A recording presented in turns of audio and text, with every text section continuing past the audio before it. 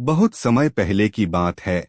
मुगल साम्राज्य के महान शहंशाह अकबर का दरबार अपनी शान और विद्वत्ता के लिए दूर दूर तक प्रसिद्ध था। नौरत्न उनके दरबार की शोभा बढ़ाते थे और उनमें सबसे चमकीला रत्न था बीरबल, जिसकी बुद्धिमत्ता, हाजिर जवाबी और न्यायप्रियता की मिसालें आज भी दी जाती हैं। अकबर बीरबल को न केवल एक मंत्री मानते थे, बल्कि एक गहरे मित्र और विश्वसनीय सलाहकार के तौर पर भी उन पर अपार स्नेह और विश्वास रखते थे। एक दिन बादशाह अकबर के मन में एक विचित्र विचार आया।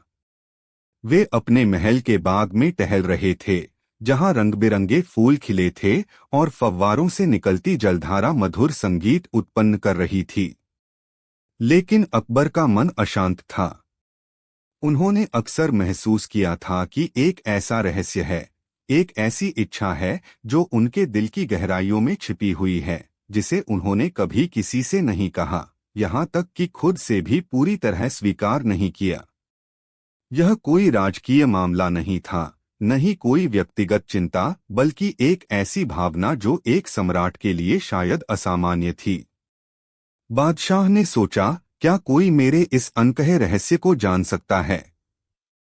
क्या कोई इतना बुद्धिमान है कि मेरे मन की उस बात को पहचान सके जिसे मैंने स्वयं भी पूरी तरह शब्दों में नहीं पिरोया? उन्होंने निश्चय किया कि वे इस बात का पता लगाएंगे, और अगर कोई यह कर सकता है तो वह निश्चित रूप से बीरबल ही होगा। अगले दिन दरबार लगा तो हमेशा की तरह गुलजार था। सभी मंत्री, दरबारी और विद्वान अपनी अपनी जगह पर उपस्थित थे। शहंशाह अकबर अपने भव्य सिंहासन पर विराजमान थे। उन्होंने एक गहरी सांस ली और घोषणा की, मेरे प्यारे दरबारियों, आज मैं तुम सबके सामने एक चुनौती रखता हूँ। यह चुनौती केवल बुद्धि की नहीं, बल्कि समझ और अंतर्दृष्टि की भी है। दरबार में सन्नाटा छा गया। सभी उत्सुकता से बादशाह के अगले शब्दों का इंतजार करने लगे। अकबर ने आगे कहा, मेरे मन में एक ऐसा रहस्य है, एक ऐसी इच्छा है जिसे मैंने कभी किसी से नहीं कहा। जो कोई भी मेरे इस अनकहे रहस्य को उजागर करेगा, उसे मैं सोने के सिक्कों और बेशकीमती रत्नों से नवाजूंगा। लेकिन जो इसमें असफल रहेगा, उसे कठोर दंड भुगतना होगा। सभी दरबारी एक दूसरे का मुंह देखने लगे। यह कैसा रहस्य था? एक सम्राट का ऐसा कौन सा गुप्त विचार हो सकता है जिसे कोई नहीं जानता? किसी ने सोचा कि शायद बादशाह को और अधिक धन की आवश्यकता है, तो किसी ने सोचा कि उन्हें साम्राज्य विस्तार की चिंता सता रही है। कुछ ने सोचा कि शायद यह उनके व्यक्तिगत जीवन से जुड़ा कोई गुप्त प्रेम हो सकता है। एक एक करके दरबारियों ने अनुमान लगाना शुरू किया। एक दरबारी ने कहा, जहांपनाह, शायद आपका सबसे बड़ा रहस्य यह है कि आप अपने साम्राज्य को और अधिक विशाल बनाना चाहते हैं और दुनिया के सबसे शक्तिशाली शासक बनना चाहते हैं। अकबर ने सिर हिलाया, नहीं, यह नहीं। दूसरे ने कहा, महाराज, आपका रहस्य यह है कि आप चाहते हैं कि आपके राज्य में कभी कोई युद्ध न हो और शांति हमेशा बनी रहे।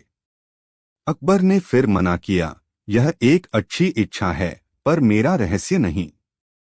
तीसरे ने हिम्मत करके कहा, हुजूर, शायद आप चाहते हैं कि आपको अमरता मिल जाए ताकि आप हमेशा अपने परिजनों के साथ रह सकें।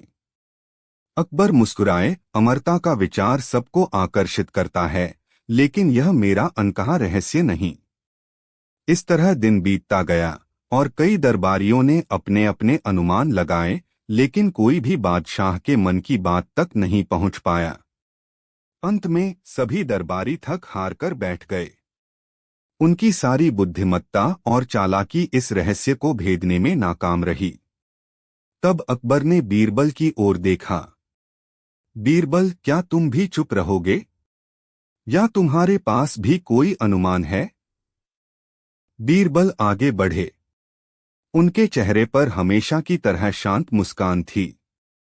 उन्होंने कहा, जहांपनाह, आपके रहस्य को जानने के लिए मुझे कुछ समय चाहिए। यह कोई ऐसी बात नहीं जिसे केवल अनुमान से जाना जा सके। अकबर ने अनुमति दी। ठीक है बीरबल, तुम्हें 3 दिन का समय दिया जाता है। यदि तुम इन 3 दिनों में मेरे रहस्य का पता लगा लेते हो तो तुम्हें मेरे 9 रत्नों में सबसे श्रेष्ठ माना जाएगा।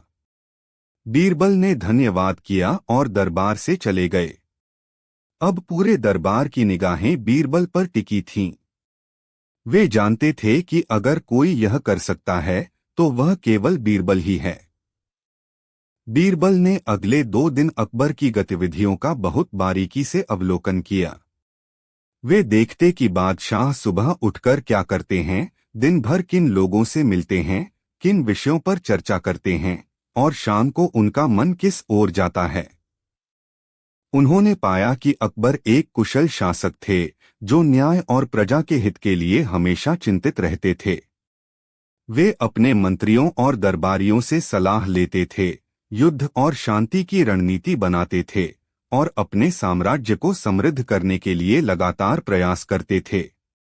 लेकिन इन सभी गतिविधियों के बीच बीरबल ने एक छोटी सी बात पर गौर किया। हर शाम जब दिन भर के काम खत्म हो जाते थे और बादशाह अपने निजी कक्ष में लौटते थे तो वे कुछ देर के लिए अपने बाग के सबसे एकांत कोने में जाते थे। वहां एक पुराना साधारण सा नीम का पेड़ था जिसके नीचे एक टूटा हुआ पत्थर पड़ा था। अकबर उस पत्थर पर बैठते थे और कुछ पल के लिए अपनी आंखें बंद कर लेते थे। उनके चेहरे पर एक अजीब सी शांति और कभी-कभी एक हल्की सी उदासी छा जाती थी। फिर वे एक गहरी सांस लेकर वापस महल में लौट आते थे। यह सिलसिला बीरबल ने लगातार देखा।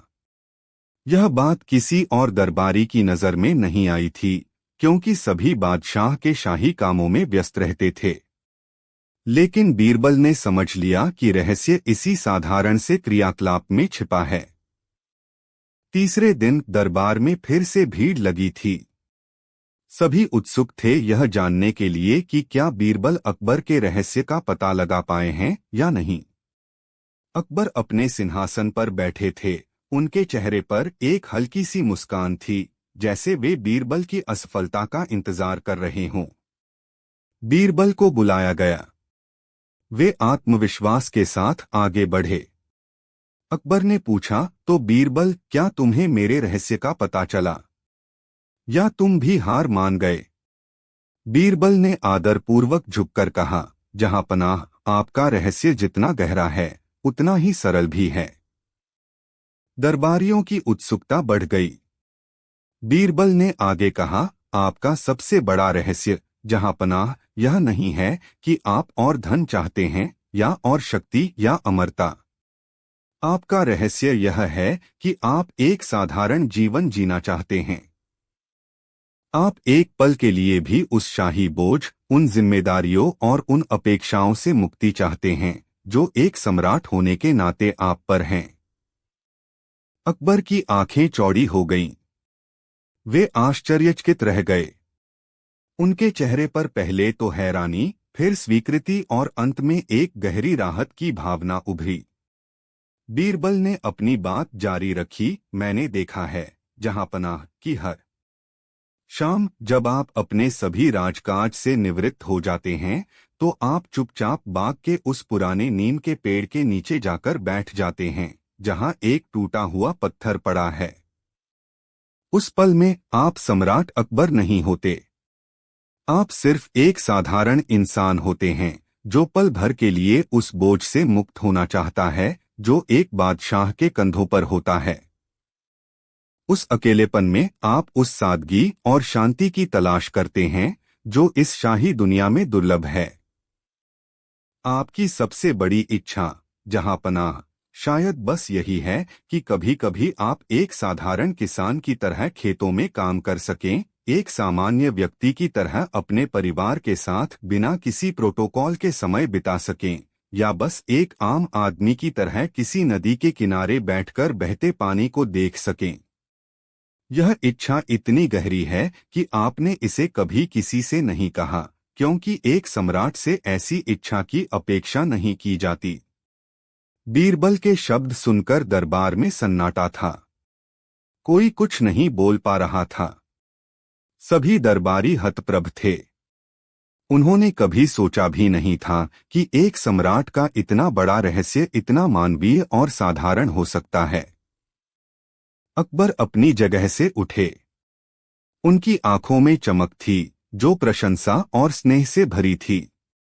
उन्होंने बीरबल को गले लगाया। बीरबल, तुमने मेरे मन की बात कह दी जो मैंने खुद से भी पूरी तरह नहीं कही थी। यह मेरा सबसे बड़ा रहस्य था जिसे तुमने अपनी गहरी समझ और अवलोकन से उजागर किया। तुम सचमुच मेरे नवरत्नों में सबसे अनमोल रत्न हो। अकबर ने बीरबल को सोने के सिक्कों और रत्नों से नवाजा, लेकिन सबसे बड़ा इनाम था उनका अटूट विश्वास और सम्मान। बीरबल ने अपनी बुद्धिमत्ता से यह साबित कर दिया कि असली ज्ञान केवल पुस्तकों में नहीं बल्कि जीवन के सूक्ष्म पहलुओं को समझने में भी निहित है। उन्होंने दिखाया कि एक सम्राट के भव्य आवरण के नीचे भी एक साधारण इंसान का दिल धड़कता है जिसकी अपनी अनकही इच्छाएं और आकांक्षाएं होती हैं। इस घटना के बाद अकबर का बीरबल पर विश्वास और भी गहरा हो गया और उनकी मित्रता की मिसालें पूरे साम्राज्य में दी जाने लगीं। यह रहस्य का खुलासा केवल एक पहेली का हल नहीं था बल्कि इंसानियत की गहरी समझ का प्रमाण था। बहुत समय पहले की बात है जब हिंदुस्तान पर मुगलिया सल्तनत का परचम लहराता था और उसके सबसे महान शहंशाह जलालुद्दीन मोहम्मद अकबर तख्त-ए-ताउस पर विराजमान थे। अकबर का साम्राज्य विशाल था, उनकी प्रजा सुखी थी और उनका दरबार 9 ऐसे रत्नों से सुशोभित था जिनकी चमक से पूरी दुनिया चकित थी। लेकिन इन सभी रत्नों में जो कोहिनूर की तरह सबसे अलग और सबसे प्रखर था वह था बीरबल। बीरबल की बुद्धि का लोहा सिर्फ हिंदुस्तान ही नहीं बल्कि दूरदराज के मुल्कों के शासक भी मानते थे। अकबर और बीरबल का रिश्ता केवल बादशाह और मंत्री का नहीं था बल्कि 2 ऐसे मित्रों का था जहां एक के बिना दूसरा अधूरा लगता था। लेकिन एक दिन इस खुशहाल और शक्तिशाली साम्राज्य पर एक ऐसी बला आन पड़ी जिसका कोई तोड़ किसी के पास नहीं था। यह बला किसी बाहरी दुश्मन की नहीं बल्कि खुद शहंशाह अकबर के भीतर से उठी थी। एक सुबह जब अकबर सोकर उठे तो उनके सिर में एक अजीब सी कसक थी, एक हल्का सा दर्द जो उन्होंने पहले कभी महसूस नहीं किया था। उन्होंने सोचा कि यह शायद रात को देर तक जागने या मौसम में बदलाव का असर होगा और दिन चढ़ने के साथ ही यह ठीक हो जाएगा। लेकिन ऐसा नहीं हुआ। सूरज की पहली किरण के साथ जो दर्द शुरू हुआ था वह दोपहर होते होते एक भयानक तूफान में बदल गया। ऐसा लगता था जैसे किसी ने उनके सिर के अंदर हजारों हथौड़े चलाना शुरू कर दिया हो। दर्द की लहरें उनके माथे से उठतीं और पूरे दिमाग में फैल जातीं, जिससे उनकी आंखों के आगे अंधेरा छा जाता। उस दिन का दरबार बड़ी मुश्किल से निपटा। अकबर किसी भी मसले पर ध्यान नहीं दे पा रहे थे, हर छोटी बड़ी बात पर उन्हें झुंझलाहट हो रही थी। शाम होते होते उनकी हालत इतनी बिगड़ गई कि उन्हें अपने निजी कक्ष में आराम करने के लिए जाना पड़ा। यह कोई मामूली सिरदर्द नहीं था। यह एक ऐसी पीड़ा थी जो शहंशाह की सहनशक्ति की परीक्षा ले रही थी। अगले दिन दर्द और भी बढ़ गया। खबर पूरे महल में आग की तरह फैल गई कि शहंशाह हिंद एक अज्ञात बीमारी से ग्रस्त हो गए हैं। तुरंत शाही हकीमों और वैद्यों की फौज को तलब किया गया। सबसे पहले हकीम मिर्जा खान हाजिर हुए, जिनकी जड़ी बूटियों ने बड़े बड़े मर्जों को मात दी थी। उन्होंने बादशाह की नब्ज देखी, उनकी आंखें परखीं और बड़ी गंभीरता से कहा, आलमपनाह, आपके शरीर में गर्मी बढ़ गई है। दिमाग की नसें खुश्की का शिकार हो गई हैं। मैं आपको एक ऐसा लेप देता हूं जो चंदन, गुलाब और खस से बना है। इसे माथे पर लगाने से आपको तुरंत आराम मिलेगा। लेप लगाया गया। ठंडी ठंडी खुशबू से कुछ देर के लिए राहत का एहसास तो हुआ, लेकिन जैसे ही लेप सूखा, दर्द उसी शिद्दत से वापस लौट आया, मानो वह हकीम का मजाक उड़ा रहा हो। इसके बाद वैद्यराज जीवक सेन आए, जो आयुर्वेद के प्रकांड पंडित थे। उन्होंने कहा, महाराज, यह वात का प्रकोप है। आपके खानपान में कुछ गड़बड़ी हुई है। आपको कुछ दिन केवल सात्विक भोजन करना होगा और मैं आपको स्वर्ण भस्म और मोतियों से बनी एक औषधि देता हूँ। बादशाह ने कई दिनों तक वैद्यराज के बताए नियमों का पालन किया, महंगी से महंगी औषधियाँ खाईं, लेकिन सिरदर्द टस से मस नहीं हुआ। दिन हफ्तों में और हफ्ते महीनों में बदलने लगे। अकबर का दर्द अब पूरे साम्राज्य के लिए चिंता का विषय बन गया था। वह अब दरबार में बहुत कम आते थे, और जब आते भी थे तो उनका चेहरा पीड़ा से मुरझाया रहता था। उनकी हंसी, जो कभी दरबार की जान हुआ करती थी, अब कहीं खो गई थी। साम्राज्य के कोने कोने से बड़े बड़े ज्ञानी, ज्योतिषी और यहाँ तक कि जादू टोना करने वाले भी बुलाए गए। ज्योतिषियों ने कहा कि ग्रहों की चाल ठीक नहीं है, शनि की वक्र दृष्टि शहंशाह पर पड़ रही है। उन्होंने बड़े बड़े यज्ञ और अनुष्ठान करवाए, कीमती रत्न धारण करने की सलाह दी। अकबर ने सब कुछ किया, लेकिन नतीजा सिफर रहा। एक फकीर ने दावा किया कि यह किसी की बुरी नजर का असर है, और उसने कुछ ताबीज दिए, लेकिन उन ताबीजों का भी कोई असर नहीं हुआ। महल में एक अजीब सी उदासी और हताशा का माहौल था। जो शहंशाह अपनी एक हुंकार से दुश्मनों के दिलों में खौफ पैदा कर देता था, वह आज अपने ही सिर के अंदर उठ रहे एक दर्द से लाचार था। सभी मंत्री और दरबारी परेशान थे, लेकिन किसी के पास इस समस्या का कोई हल नहीं था। इन सब के बीच बीरबल चुपचाप सब कुछ देख रहे थे। वह हर हकीम, हर वैद्य और हर ज्योतिषी की बात को ध्यान से सुनते थे, बादशाह की पीड़ा को महसूस करते थे और गहराई से कुछ सोच रहे थे। उन्होंने देखा कि दुनिया की कोई भी दवा, कोई भी दुआ बादशाह पर असर नहीं कर रही है। बीरबल को यह समझते देर नहीं लगी कि यह बीमारी शरीर की नहीं, बल्कि मन की है। यह दर्द किसी नस या हड्डी का नहीं, बल्कि उस बोझ का है जो शहंशाह के ताज के साथ आता है। यह उन अनगिनत जिम्मेदारियों, फैसलों और चिंताओं का नतीजा है जो एक सम्राट को दिन रात घेरे रहती हैं।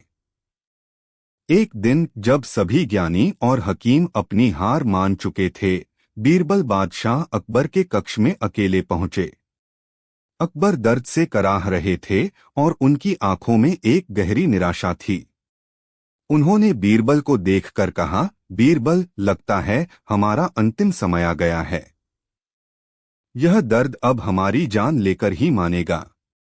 क्या तुम्हारे पास भी कोई उपाय नहीं है? बीरबल ने अदब से झुककर कहा, जहां पनाह, दुनिया के सारे हकीम और वैद्य जब हार मान गए हैं तो मेरी क्या बिसात। लेकिन मेरे पास एक आखिरी उपाय है जो शायद थोड़ा अटपटा लगे, पर मेरा विश्वास है कि यही आपके दर्द का एकमात्र इलाज है। अकबर ने थकी हुई आंखों से कहा, बीरबल, हम कुछ भी करने को तैयार हैं। तुम बस बताओ हमें क्या करना होगा। बीरबल ने कहा, आलमपनाह, इस दर्द का इलाज किसी दवा या जड़ी बूटी में नहीं, बल्कि एक चमत्कारी व्यक्ति के पास है। हमें एक ऐसे व्यक्ति को ढूंढना होगा जो इस पूरी दुनिया में सबसे सुखी हो, जिसके जीवन में कोई चिंता, कोई फिक्र न हो। अगर आप उस व्यक्ति का पहना हुआ कुर्ता एक रात के लिए धारण कर लें, तो उसकी सकारात्मक ऊर्जा आपके शरीर में प्रवेश करेगी और यह दर्द जड़ से खत्म हो जाएगा। यह सुनकर अकबर को बड़ा आश्चर्य हुआ। यह कैसा इलाज है बीरबल? एक सुखी व्यक्ति का कुर्ता पहनने से हमारा सिरदर्द कैसे ठीक हो सकता है? दरबार के अन्य मंत्री जो वहां मौजूद थे, वे भी इसे बीरबल का एक और मजाक समझकर हंसने लगे। एक मंत्री ने कहा, बीरबल, तुम हमेशा की तरह मजाक कर रहे हो। जहां पनाह पीड़ा में है और तुम्हें दिल्लगी सूझ रही है। बीरबल ने बड़ी गंभीरता से कहा, मैं मजाक नहीं कर रहा हूं। यह एक बहुत पुराना और सिद्ध उपाय है। मन का सुख तन के रोग को काटता है। हमें बस उस परम सुखी व्यक्ति को खोजना होगा। अकबर की हालत इतनी खराब थी कि वह किसी भी उम्मीद की किरण को छोड़ने के लिए तैयार नहीं थे। उन्होंने कहा, ठीक है बीरबल, हम तुम्हारी बात मानते हैं। आज से ही पूरे साम्राज्य में यह घोषणा कर दी जाए कि जो भी व्यक्ति यह साबित कर देगा कि वह इस दुनिया का सबसे सुखी इंसान है, उसे 100 सोने की अशर्फियां इनाम में दी जाएंगी। तुरंत पूरे साम्राज्य में ढिंढोरा पिटवा दिया गया। सिपाही और हरकारे गांव-गांव, शहर-शहर घूमने लगे और उस परम सुखी व्यक्ति की तलाश करने लगे। खबर सुनकर हजारों लोग शाही दरबार की ओर दौड़ पड़े। हर कोई खुद को सबसे सुखी बताकर इनाम जीतना चाहता था। सबसे पहले एक अमीर व्यापारी आया, जिसके पास धन दौलत की कोई कमी नहीं थी। उसने कहा, जहां पनाह, मुझसे सुखी कौन हो सकता है? मेरे पास सोने चांदी के अंबार हैं, 10 बड़ी बड़ी हवेलियां हैं और मेरे जहाज विदेशों से व्यापार करते हैं। अकबर ने उससे पूछा, क्या तुम्हें कोई चिंता नहीं है? व्यापारी का चेहरा उतर गया। चिंता क्यों नहीं है, हुजूर? रात को चोरों के डर से नींद नहीं आती। हमेशा यह फिक्र लगी रहती है कि कहीं व्यापार में घाटा न हो जाए। मेरे बेटे नालायक हैं, उन्हें मेरे कारोबार की कोई परवाह नहीं। अकबर ने उसे वापस भेज दिया। फिर एक बड़ा जागीरदार आया, जिसके अधीन सैकड़ों गांव थे। उसने भी अपने सुख का बखान किया, लेकिन जब अकबर ने कुरेदा तो पता चला कि उसे हमेशा पड़ोसी जागीरदारों से अपनी जमीन छिन जाने का डर लगा रहता है और वह अपनी प्रजा के विद्रोह से भी चिंतित रहता है। इसके बाद एक विद्वान पंडित आया, जिसे चारों वेदों का ज्ञान था। उसने कहा कि ज्ञान में ही परम सुख है, इसलिए वह सबसे सुखी है। लेकिन बातचीत में यह भी सामने आ गया कि उसे इस बात की चिंता है कि कहीं कोई दूसरा पंडित उससे ज्यादा सम्मान न पाले और वह अपनी ख्याति को लेकर हमेशा असुरक्षित महसूस करता है। इस तरह दिन बीतते गए।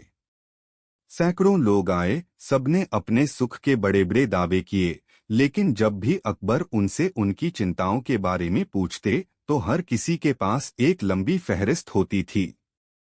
कोई अपनी सेहत से परेशान था, कोई अपने परिवार से, कोई अपने काम से, तो कोई अपने भविष्य से। यह देखकर अकबर को बड़ी हैरानी हुई कि इस दुनिया में हर इंसान किसी न किसी बोझ के तले दबा हुआ है। उन्हें लगने लगा कि ऐसा कोई इंसान मिलना असंभव है जो सच में पूरी तरह सुखी हो। उनकी उम्मीद टूटने लगी और उनका सिरदर्द और भी बढ़ने लगा। बीरबल यह सब देख रहे थे। उन्होंने अकबर से कहा, जहांपनाह, अगर हम महल में बैठकर सुखी इंसान का इंतजार करेंगे तो वह कभी नहीं मिलेगा। हमें खुद उसकी तलाश में निकलना होगा। भेष बदलकर एक आम इंसान की तरह। अकबर को यह बात सही लगी। उन्होंने फैसला किया कि वे और बीरबल एक साधारण व्यापारी का भेष धरकर अपने राज्य का दौरा करेंगे और उस चमत्कारी व्यक्ति को ढूंढ निकालेंगे। अगली सुबह सूरज निकलने से पहले ही अकबर और बीरबल साधारण कपड़ों में राजधानी से निकल पड़े। उन्होंने कई शहर और गांव छाने, वे अमीरों की हवेलियों में गए और गरीबों की झोपड़ियों में भी। वे हर उस व्यक्ति से मिले जो बाहर से खुश और संतुष्ट नजर आता था, लेकिन हर बार उन्हें निराशा ही हाथ लगी। हर इंसान के पास अपनी एक कहानी थी, अपना एक दर्द था, अपनी एक चिंता थी। इस यात्रा के दौरान अकबर को बहुत कुछ देखने और सीखने को मिला। उन्होंने पहली बार अपनी प्रजा के जीवन को इतने करीब से देखा था। उन्होंने महसूस किया कि एक सम्राट के रूप में वह अपनी प्रजा की मुश्किलों से कितने अनभिज्ञ थे। यह सब देखकर उनका अपना दर्द कुछ समय के लिए कम हो जाता, लेकिन जैसे ही वे रात को आराम करने के लिए रुकते, वह भयानक पीड़ा फिर से उनके सिर पर हावी हो जाती। कई हफ्ते भटकने के बाद एक शाम वे पूरी तरह थक-हार कर एक गांव के बाहर एक नदी के किनारे बैठ गए। अकबर पूरी तरह निराश हो चुके थे। उन्होंने बीरबल से कहा, बीरबल, तुम्हारी यह तरकीब भी फेल हो गई। इस दुनिया में कोई भी इंसान पूरी तरह सुखी नहीं है। चलो वापस आगरा चलते हैं। शायद हमारी किस्मत में यही दर्द सहना लिखा है। बीरबल ने उन्हें ढाढ़स बंधाते हुए कहा, जहांपनाह, बस आज की रात और रुक जाइए। सुबह हम वापस चल देंगे। तभी उन्हें पास के एक खेत से किसी के गाने की मधुर आवाज सुनाई दी। आवाज में इतनी मस्ती और बेफिक्री थी कि अकबर और बीरबल का ध्यान उस ओर खिंच गया। वे आवाज की दिशा में आगे बढ़े तो देखा कि एक गरीब किसान, जिसके तन पर फटे पुराने कपड़े थे, अपने खेत में काम खत्म करके हाथ मुंह धो रहा था और खुशी से एक लोकगीत गुनगुना रहा था। उसके चेहरे पर एक अद्भुत शांति और संतोष का भाव था। अकबर और बीरबल उसके पास गए। अकबर ने पूछा, भाई, तुम बड़े खुश नजर आ रहे हो। क्या बात है? किसान ने मुस्कुराकर कहा, साहब, भगवान का दिया सब कुछ है। दिन भर अपने खेत में मेहनत करता हूँ, शाम को जो रूखी सूखी रोटी मिलती है उसे अपने परिवार के साथ बैठकर खाता हूँ और रात को चैन की नींद सोता हूँ। इससे ज्यादा खुशी और क्या हो सकती है? अकबर को यकीन नहीं हुआ। उन्होंने पूछा, क्या तुम्हें कोई चिंता नहीं है? कल के खाने की फिक्र? फसल खराब होने का डर? बच्चों के भविष्य की चिंता? किसान ने एक गहरी सांस ली और बोला, साहब, चिंता करके क्या होगा? मैं अपना काम ईमानदारी से करता हूँ, बाकी सब ऊपर वाले के हाथ में है। जब आज का दिन खुशी से बीत गया, तो कल की चिंता में मैं अपनी आज की नींद क्यों खराब करूं? मेरे पास जो है मैं उसी में खुश हूं। जो नहीं है उसका मुझे कोई गम नहीं। किसान की बातें सुनकर अकबर स्तब्ध रह गए।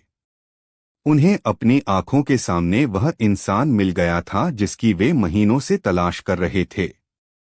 यह व्यक्ति सच में परम सुखी था, क्योंकि उसने अपनी इच्छाओं को सीमित कर लिया था और हर हाल में खुश रहना सीख लिया था। अकबर की आंखों में एक नई चमक आ गई। उन्होंने उत्साहित होकर बीरबल की ओर देखा। बीरबल मुस्कुरा रहे थे, जैसे वे जानते थे कि ऐसा ही कुछ होने वाला है।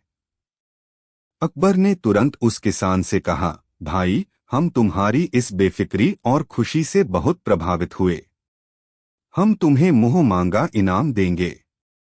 बस तुम हमारी एक मदद कर दो। तुम अपना यह कुर्ता हमें एक रात के लिए पहनने को दे दो। किसान यह सुनकर जोर से हंस पड़ा। उसने कहा, साहब, आप मेरा कुर्ता पहनकर क्या करेंगे? और इनाम की तो मुझे कोई जरूरत नहीं। लेकिन अगर आपको मेरा कुर्ता चाहिए ही, तो मुझे आपको देने में बहुत खुशी होती। पर मुश्किल यह है कि मेरे पास कोई कुर्ता है ही नहीं। यह कहते हुए उसने अपने तन पर लिपटा हुआ एकमात्र फटा हुआ अंगोछा दिखाया। मैं तो बस यही एक कपड़ा पहनता हूँ। मेरे पास दूसरा कोई वस्त्र नहीं है। अकबर और बीरबल अवाक रह गए। दुनिया का सबसे सुखी इंसान, जिसके पास पहनने के लिए एक कुर्ता तक नहीं था। एक पल के लिए सन्नाटा छा गया। फिर अचानक अकबर को कुछ महसूस हुआ। उन्होंने अपने सिर पर हाथ रखा। वह दर्द, वह भयानक पीड़ा जो महीनों से उन्हें एक पल के लिए भी नहीं छोड़ रही थी, वह पूरी तरह से गायब थी। उन्हें ऐसा महसूस हो रहा था जैसे उनके सिर पर से कोई बहुत बड़ा बोझ उतर गया हो। वह हैरान थे। उन्होंने बीरबल से कहा, बीरबल, यह चमत्कार कैसे हुआ? मेरा सिरदर्द? वह चला गया। वह पूरी तरह से ठीक हो गया है। बीरबल ने मुस्कुराते हुए जवाब दिया, यही तो चमत्कारी इलाज था, जहांपना। आपके सिर का दर्द किसी बीमारी की वजह से नहीं था। वह आपके मन का बोझ था, आपकी असीम जिम्मेदारियों और चिंताओं का दर्द था। जब आपने इतने दिनों तक अपनी प्रजा के दुख दर्द को करीब से देखा और अंत में इस परम सुखी व्यक्ति से मिले, तो आपको यह ज्ञान हुआ कि सच्चा सुख धन दौलत या सत्ता में नहीं, बल्कि मन के संतोष में है। जैसे ही आपके मन से यह बोझ उतरा कि आपको सब कुछ पाना है और सब कुछ सही करना है, आपका सिरदर्द अपने आप गायब हो गया। इस किसान ने आपको कोई कुर्ता नहीं दिया, लेकिन उसने आपको सुख का वह मंत्र दे दिया जो दुनिया की कोई दवा नहीं दे सकती थी। अकबर को अब सारी बात समझ में आ गई थी। बीरबल ने उन्हें किसी सुखी इंसान का कुर्ता पहनाने के लिए नहीं, बल्कि सुख की असली परिभाषा सिखाने के लिए इस यात्रा पर भेजा था। उन्होंने उस किसान को धन्यवाद दिया और उसे ढेर सारा इनाम देने की पेशकश की, लेकिन किसान ने विनम्रता से मना कर दिया और कहा, मुझे बस इतना चाहिए कि आप एक अच्छे राजा बने रहें और हम जैसे गरीबों का ध्यान रखें। उस दिन के बाद अकबर पूरी तरह बदल गए। उनका सिरदर्द फिर कभी वापस नहीं आया, क्योंकि अब उन्होंने सीख लिया था कि राजपाट के साथ साथ मन को शांत कैसे रखना है। वह अपनी प्रजा की तकलीफों को बेहतर ढंग से समझने लगे और एक और भी बेहतर और न्यायप्रिय शासक बन गए। बीरबल की बुद्धिमत्ता ने एक बार फिर यह साबित कर दिया था कि सबसे जटिल समस्याओं का समाधान अक्सर सबसे सरल बातों में छिपा होता है। यह इलाज किसी हकीम या वैद्य का नहीं, बल्कि जीवन के गहरे अनुभव और समझ का था। मुगलिया सल्तनत का सूरज अपने पूरे उफान पर था। शहंशाह जलालुद्दीन मोहम्मद अकबर के नाम का डंका हिंदुस्तान के कोने कोने में बजता था। उनकी हुकूमत जितनी विशाल थी, उतना ही विशाल उनका दिल भी था। आगरा का किला न केवल सत्ता का केंद्र था, बल्कि कला, साहित्य और ज्ञान का भी संगम था।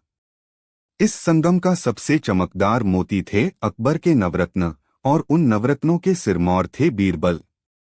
बीरबल सिर्फ एक मंत्री नहीं थे, वे अकबर की आत्मा के दर्पण थे, एक ऐसे मित्र जिनसे शहंशाह अपने दिल की हर बात कह सकते थे।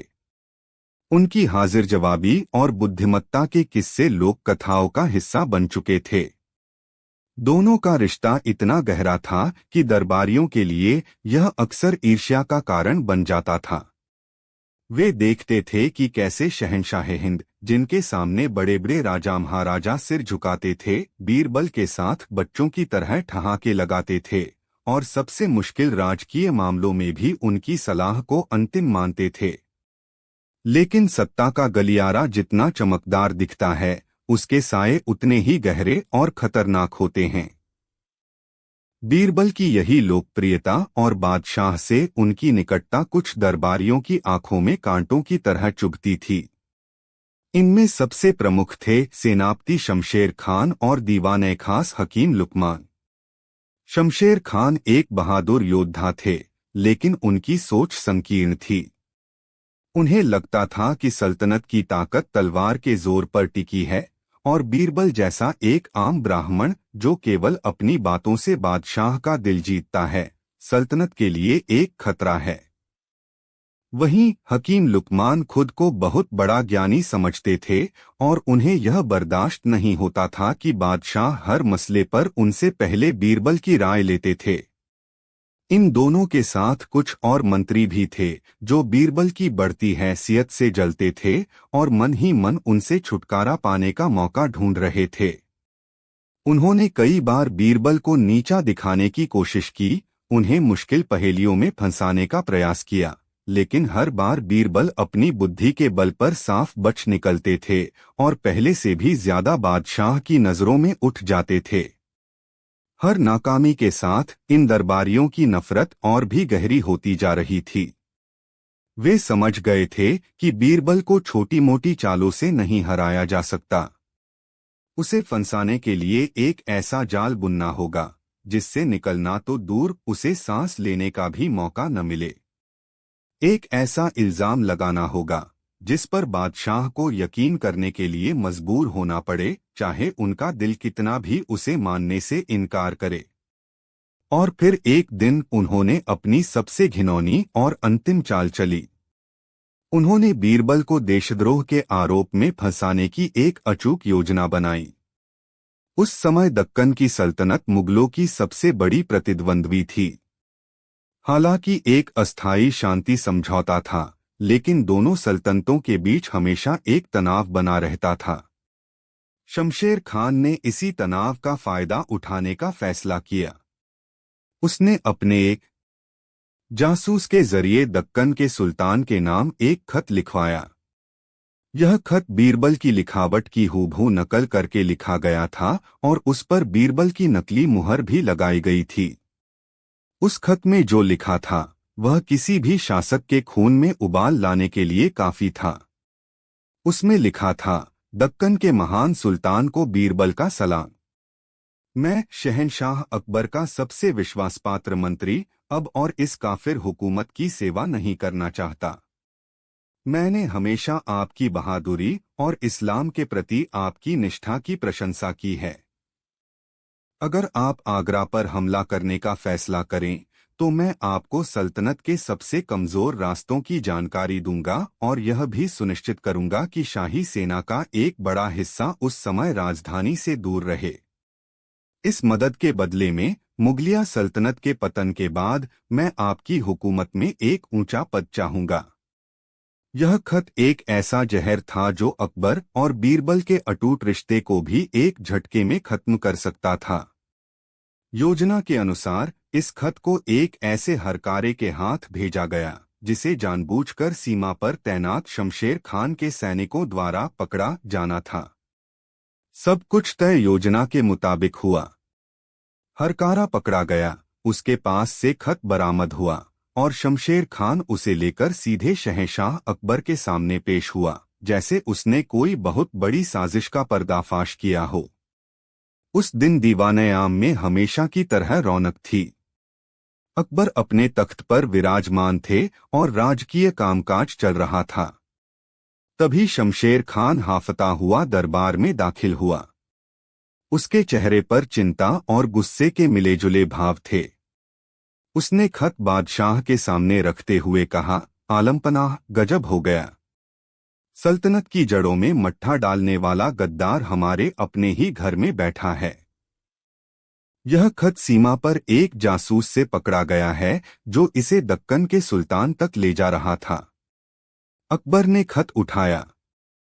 जैसे ही उन्होंने बीरबल की जानी पहचानी लिखावट और मुहर देखी, उन्हें एक पल के लिए यकीन नहीं हुआ। लेकिन जब उन्होंने खत का मजमून पढ़ा तो उनके पैरों तले जमीन खिसक गई। उनके चेहरे का रंग उड़ गया, उनकी आंखें गुस्से से लाल हो गईं। जिस बीरबल को वह अपने सगे भाई से भी ज्यादा मानते थे, जिसके साथ वह हंसते थे, शिकार पर जाते थे और सल्तनत के सबसे गुप्त राज साझा करते थे, वही बीरबल उनकी पीठ में छुरा घोंप रहा था। यह सोच ही उनके लिए असहनीय थी। उनके दिल और दिमाग के बीच एक जंग छिड़ गई। दिल कह रहा था कि बीरबल ऐसा कभी नहीं कर सकता, यह कोई बहुत बड़ी साजिश है। लेकिन दिमाग कह रहा था कि सबूत सामने है, लिखावट वही है, मुहर भी वही है। क्या सत्ता का लालच इंसान को इतना अंधा बना सकता है? शमशेर खान और हकीम लुकमान ने इस आग में घी डालने का काम किया। हकीम लुकमान ने कहा, जहांपनाह, हमें तो पहले से ही शक था। एक साधारण ब्राह्मण इतनी ऊंचाई तक पहुंच जाए, यह बात हजम नहीं होती। जरूर उसके मन में कोई खोट था। शमशेर खान ने अपनी तलवार पर हाथ रखते हुए कहा, हुजूर, ऐसे गद्दार की एक ही सजा है, मौत। अगर हमने आज नरमी बरती तो यह सल्तनत के भविष्य के लिए घातक होगा। अकबर का गुस्सा उनकी बुद्धि पर हावी हो गया। उन्हें ऐसा महसूस हुआ जैसे उनके विश्वास की दुनिया एक पल में ढह गई हो।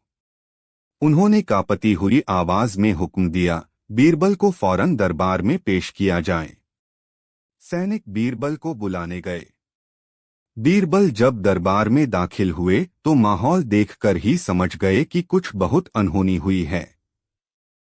बादशाह का चेहरा गुस्से से तमतमाया हुआ था और दरबारी एक अजीब सी खामोशी और उत्सुकता से उन्हें घूर रहे थे।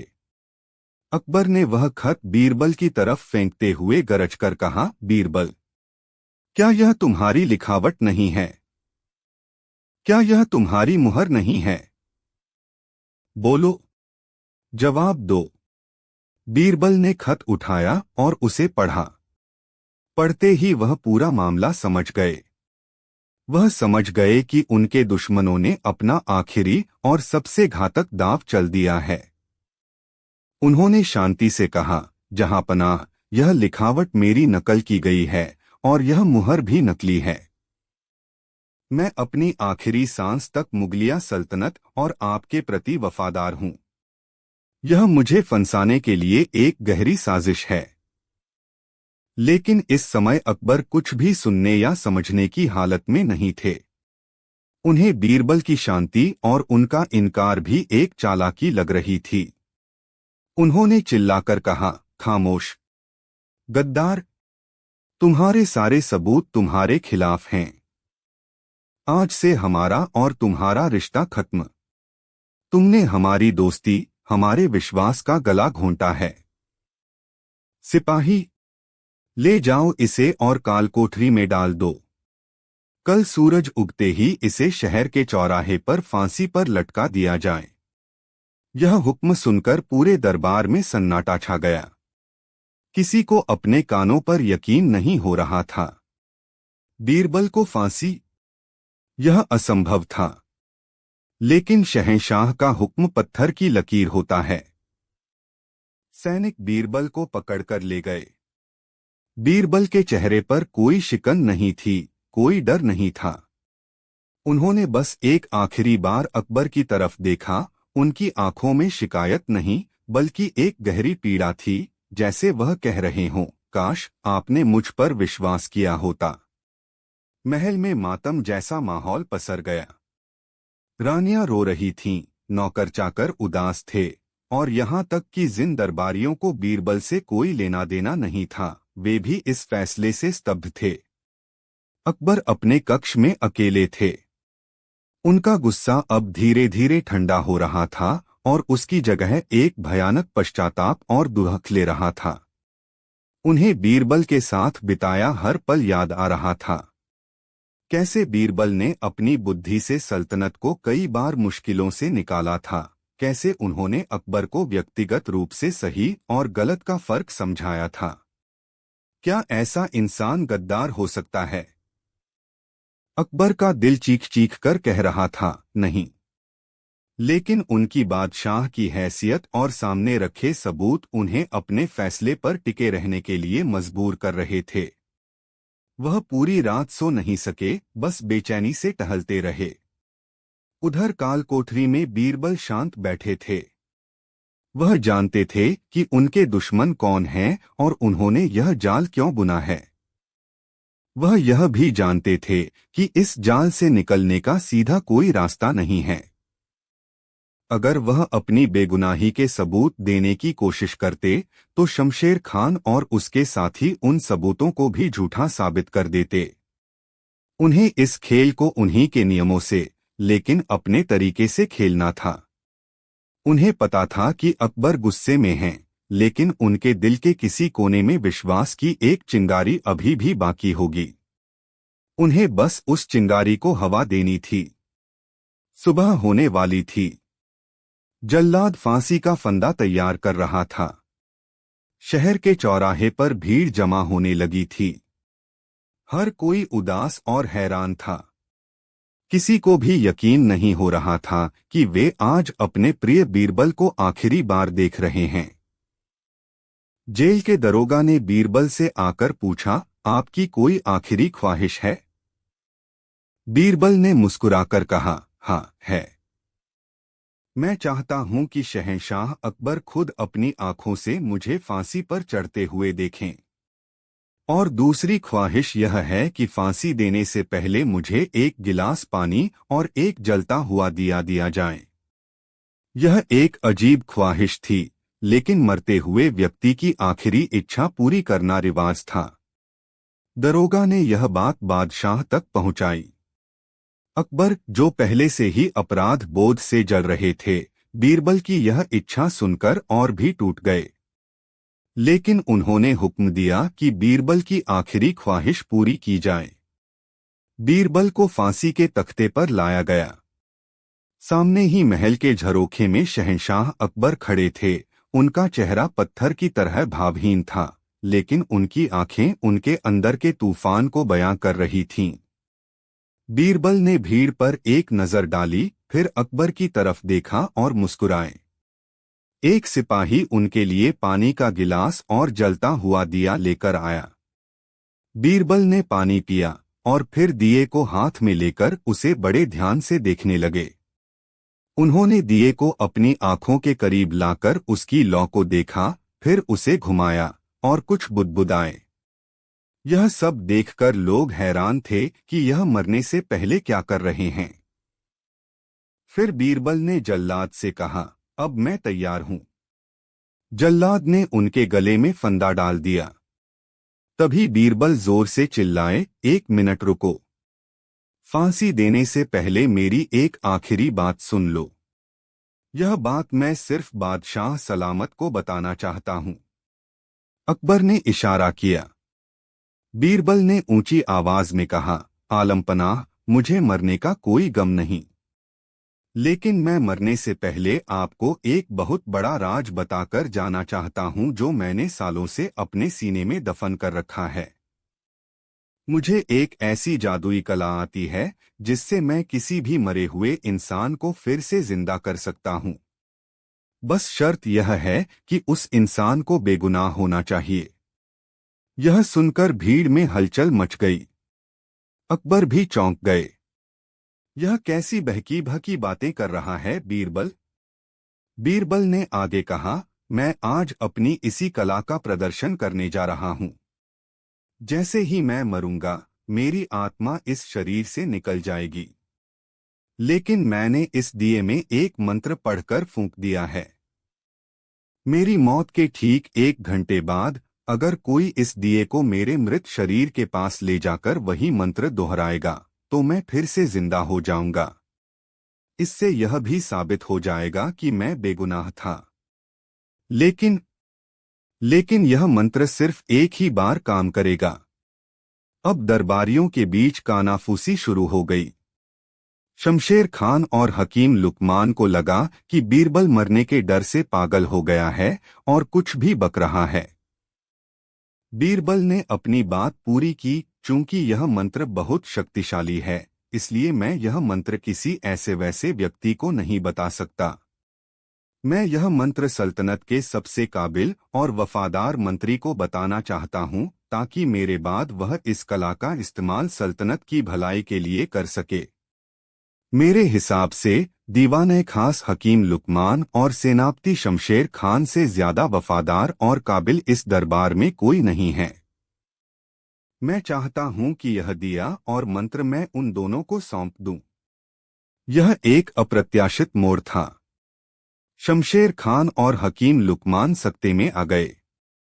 उन्हें समझ नहीं आ रहा था कि बीरबल क्या खेल खेल रहा है। अकबर, जो अब तक खामोश थे, उनके मन में एक शक का बीज पनपने लगा।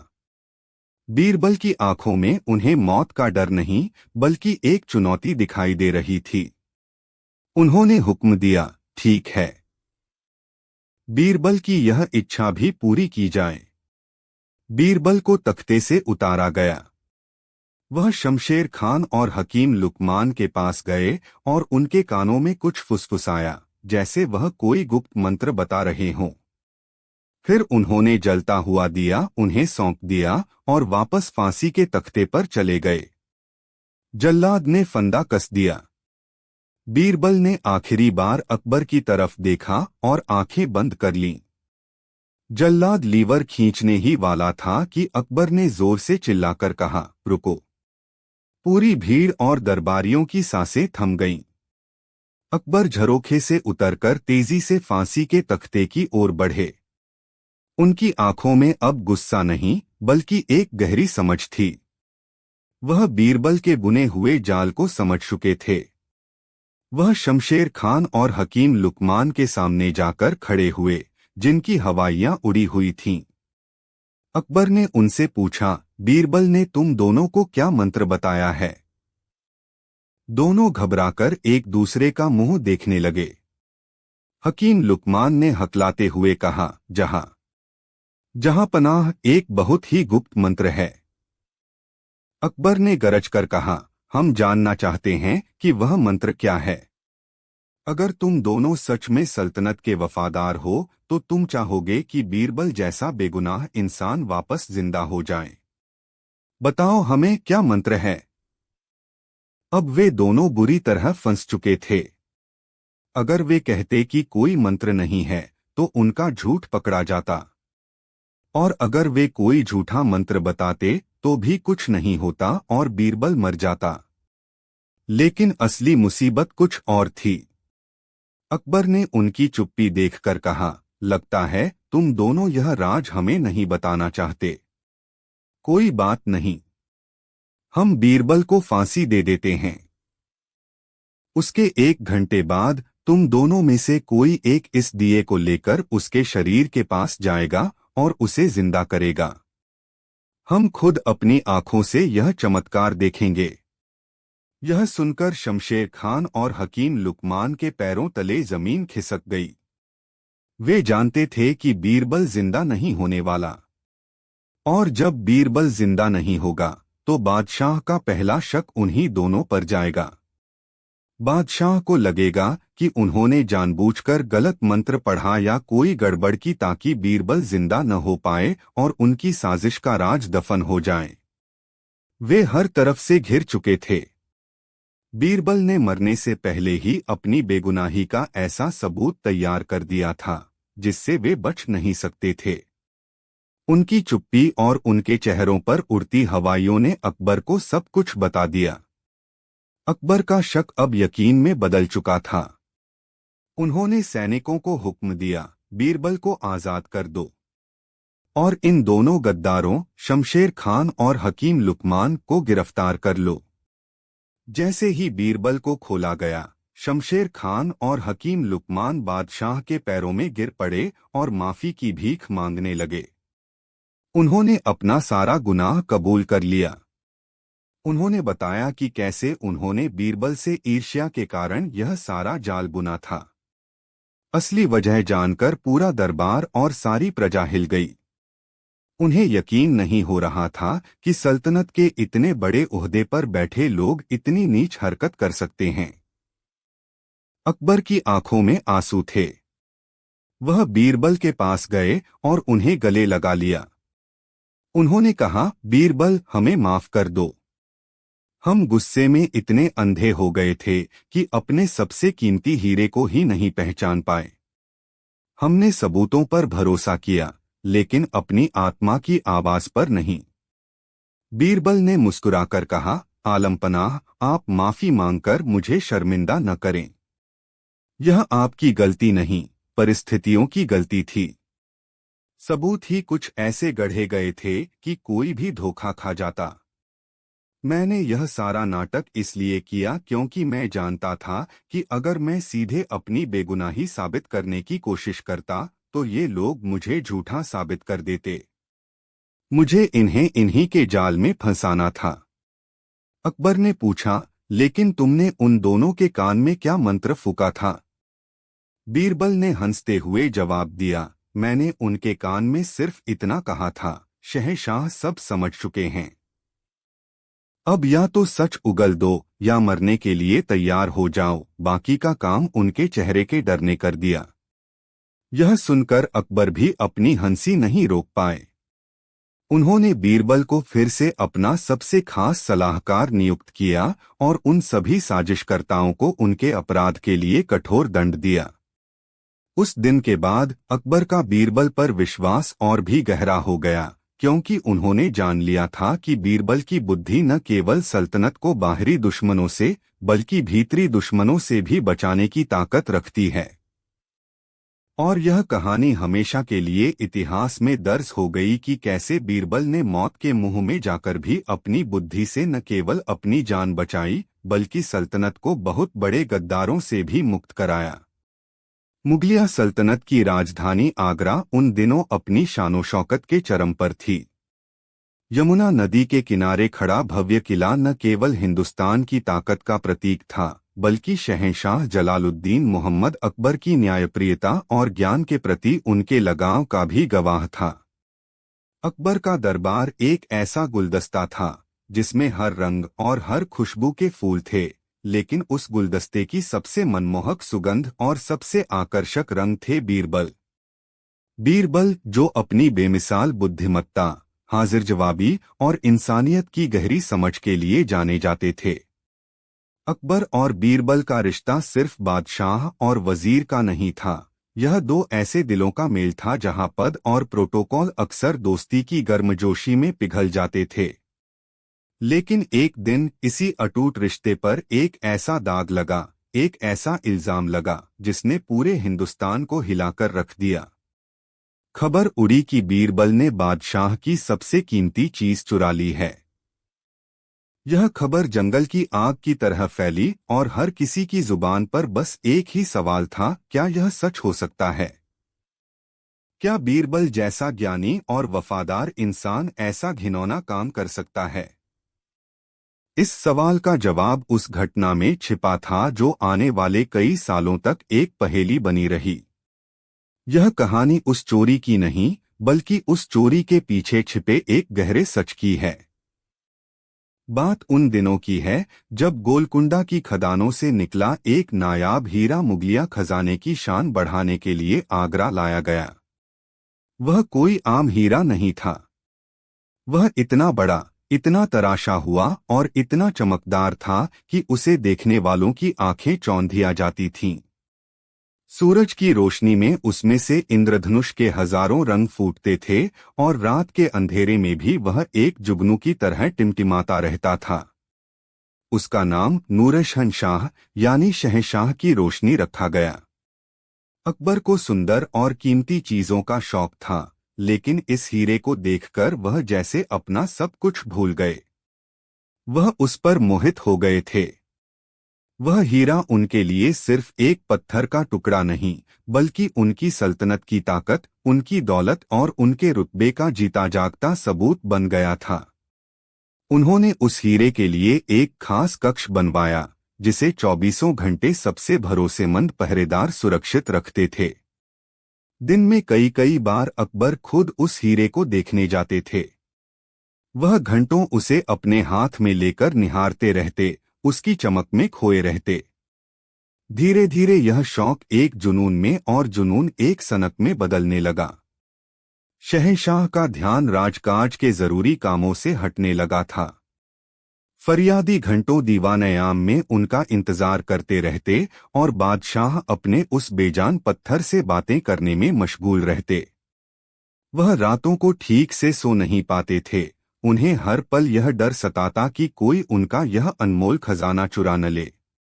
उन्होंने पहरेदारों की संख्या दोगुनी कर दी, गुप्तचरों का जाल बिछा दिया, लेकिन उनका मन शांत नहीं होता था।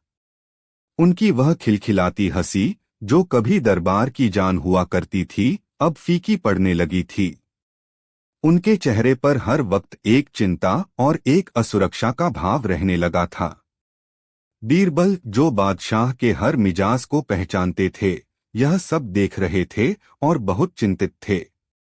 उन्होंने देखा कि एक बेजान पत्थर ने उनके जिंदादिल बादशाह की रूह को कैद कर लिया है।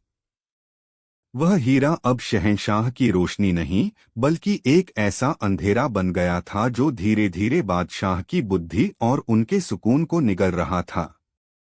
बीरबल ने कई बार इशारों में अकबर को समझाने की कोशिश की।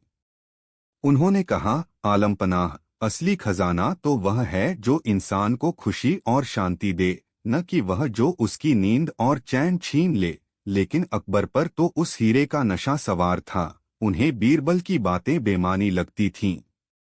वह कहते, बीरबल, तुम नहीं समझोगे। यह सिर्फ एक हीरा नहीं है, यह मुगलिया सल्तनत का गुरूर है। इसकी हिफाजत करना हमारा सबसे पहला फर्ज है। बीरबल समझ गए कि सीधी बातों का कोई असर नहीं होगा। इस नशे को उतारने के लिए एक कड़वी दवा की जरूरत थी, एक ऐसा झटका जो बादशाह को उनकी इस गहरी नींद से जगा सके। और फिर एक सुबह आगरा के किले में जैसे भूचाल आ गया। खबर आई कि नूर-ए-शहंशाह चोरी हो गया है। जिस कक्ष में हीरा रखा था, उसका ताला टूटा हुआ नहीं था, संदूक भी बंद था, लेकिन अंदर से हीरा गायब था। पहरेदार कसम खा रहे थे कि रात में कोई भी उस कक्ष के अंदर नहीं गया था। जांच शुरू हुई। किले के चप्पे चप्पे की तलाशी ली गई। हर पहरेदार, हर सेवक से कड़ी पूछताछ की गई, लेकिन कोई सुराग नहीं मिला। अकबर तो जैसे पागल हो गए। वह गुस्से और दुहक से बेहाल थे। उन्होंने ऐलान कर दिया कि जो कोई भी चोर का पता बताएगा उसे सोने में तौल दिया जाएगा, और जो चोर पकड़ा जाएगा उसे जिंदा दीवार में चिनवा दिया जाएगा। दिन बीतते गए, लेकिन चोर का कोई पता नहीं चला। अकबर का हाल और भी बुरा होता गया। वह न कुछ खाते थे, न पीते थे, बस गुमसुम बैठे रहते थे। उनकी सल्तनत, उनकी प्रजा, सब कुछ उनकी नजरों से ओझल हो चुका था। उन्हें बस अपना खोया हुआ हीरा दिखाई देता था। दरबार के वे मंत्री जो बीरबल से जलते थे, उन्हें यह एक सुनहरा मौका लगा। उन्होंने बादशाह के कान भरने शुरू कर दिए। एक मंत्री ने कहा, जहां पनाह, यह किसी बाहरी चोर का काम नहीं हो सकता। किले की सुरक्षा इतनी कड़ी है कि कोई परिंदा भी पर नहीं मार सकता। यह जरूर किसी अपने का ही काम है, जिसे हर गुप्त रास्ते का पता हो। दूसरे ने बात आगे बढ़ाई, हुजूर, आपने गौर किया, जब से हीरा आया था बीरबल ही आपको बार बार उससे दूर रहने की सलाह दे रहे थे। कहीं ऐसा तो नहीं कि उनकी नीयत में ही खोट हो। यह बात अकबर के दिल में तीर की तरह चुभी। बीरबल पर शक, यह सोचना भी उनके लिए पाप के समान था। लेकिन जब दिमाग पर जुनून हावी हो तो वह दिल की नहीं सुनता। उन्हें याद आया कि चोरी वाली रात को देर तक बीरबल उनके साथ ही थे और उन्होंने ही बादशाह को आराम करने के लिए भेजा था। शक का एक छोटा सा बीज, जिसे दुश्मनों ने बोया था, अब धीरे धीरे उनके मन में जड़ पकड़ने लगा था। उन्होंने बीरबल को तलब किया। बीरबल जब दरबार में आए तो माहौल बहुत गंभीर था। अकबर ने अपनी कांपती हुई आवाज में पूछा, बीरबल, हमारा सबसे कीमती खजाना चोरी हो गया है और हमें शक है कि यह काम किसी ऐसे व्यक्ति का है जो हमारे बहुत करीब है। क्या तुम कुछ जानते हो इस बारे में? बीरबल ने बड़ी शांति से जवाब दिया, जहां पनाह, मैं जानता हूं कि आपका हीरा कहाँ है। यह सुनकर पूरे दरबार में सनसनी फैल गई। अकबर अपनी जगह से खड़े हो गए। कहाँ है? किसने चुराया है उसे? बताओ हमें। बीरबल ने अपना सिर झुकाकर कहा, उसे मैंने ही चुराया है। एक पल के लिए दरबार में मौत जैसा सन्नाटा छा गया। किसी को अपने कानों पर यकीन नहीं हुआ। खुद अकबर के पैरों तले से जमीन खिसक गई। उन्हें लगा जैसे किसी ने उनके सीने में खंजर उतार दिया हो।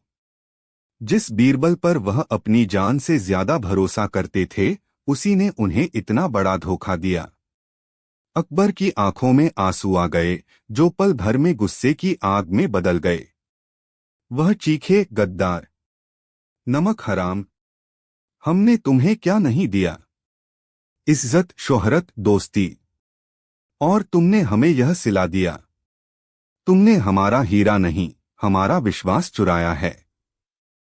सिपाही, ले जाओ इसे और डाल दो इसे कालकोठरी में। कल सुबह इसे हाथियों के पैरों तले कुचलवा दिया जाएगा। बीरबल के चेहरे पर कोई शिकन नहीं थी। उन्होंने कोई सफाई नहीं दी, कोई रहम की भीख नहीं मांगी। बस शांति से सैनिकों के साथ चले गए। यह खबर पूरे आगरा में फैल गई। लोगों को यकीन नहीं हो रहा था। हर कोई यही कह रहा था कि जरूर कोई बड़ी भूल हुई है, बीरबल ऐसा नहीं कर सकते। लेकिन बादशाह का हुक्म कौन टाल सकता था? अकबर रात भर सो नहीं सके।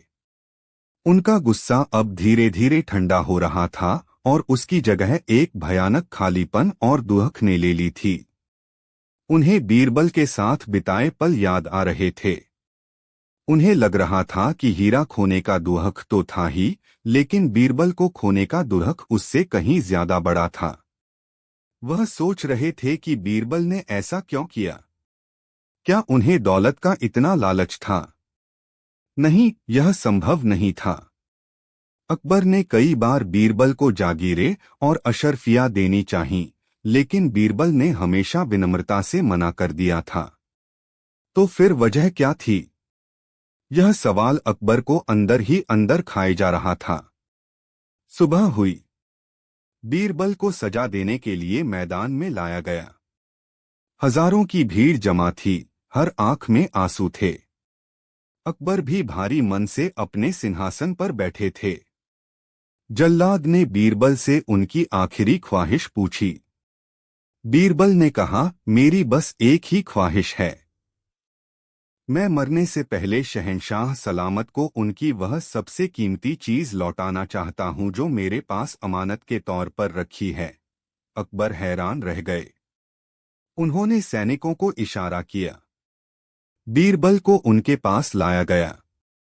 बीरबल ने कहा, आलमपनाह, आपने कहा कि मैंने आपकी सबसे कीमती चीज चुराई है, पर क्या आपने कभी सोचा कि आपकी सबसे कीमती चीज है क्या? क्या वह यह बेजान हीरा है? यह कहकर बीरबल ने अपनी पगड़ी के अंदर से वह नूर-ए-शहंशाह हीरा निकाला और अकबर के कदमों में रख दिया। हीरे को देखकर अकबर की आंखों में एक पल के लिए चमक आई, लेकिन बीरबल के अगले शब्दों ने उन्हें सोचने पर मजबूर कर दिया। बीरबल ने कहा, जहांपनाह, यह हीरा आपकी सबसे कीमती चीज नहीं है। आपकी सबसे कीमती चीज है आपका सुकून, आपकी रातों की नींद, आपकी वह प्यारी सी मुस्कान जो सल्तनत के हर चेहरे पर खुशी ले आती थी।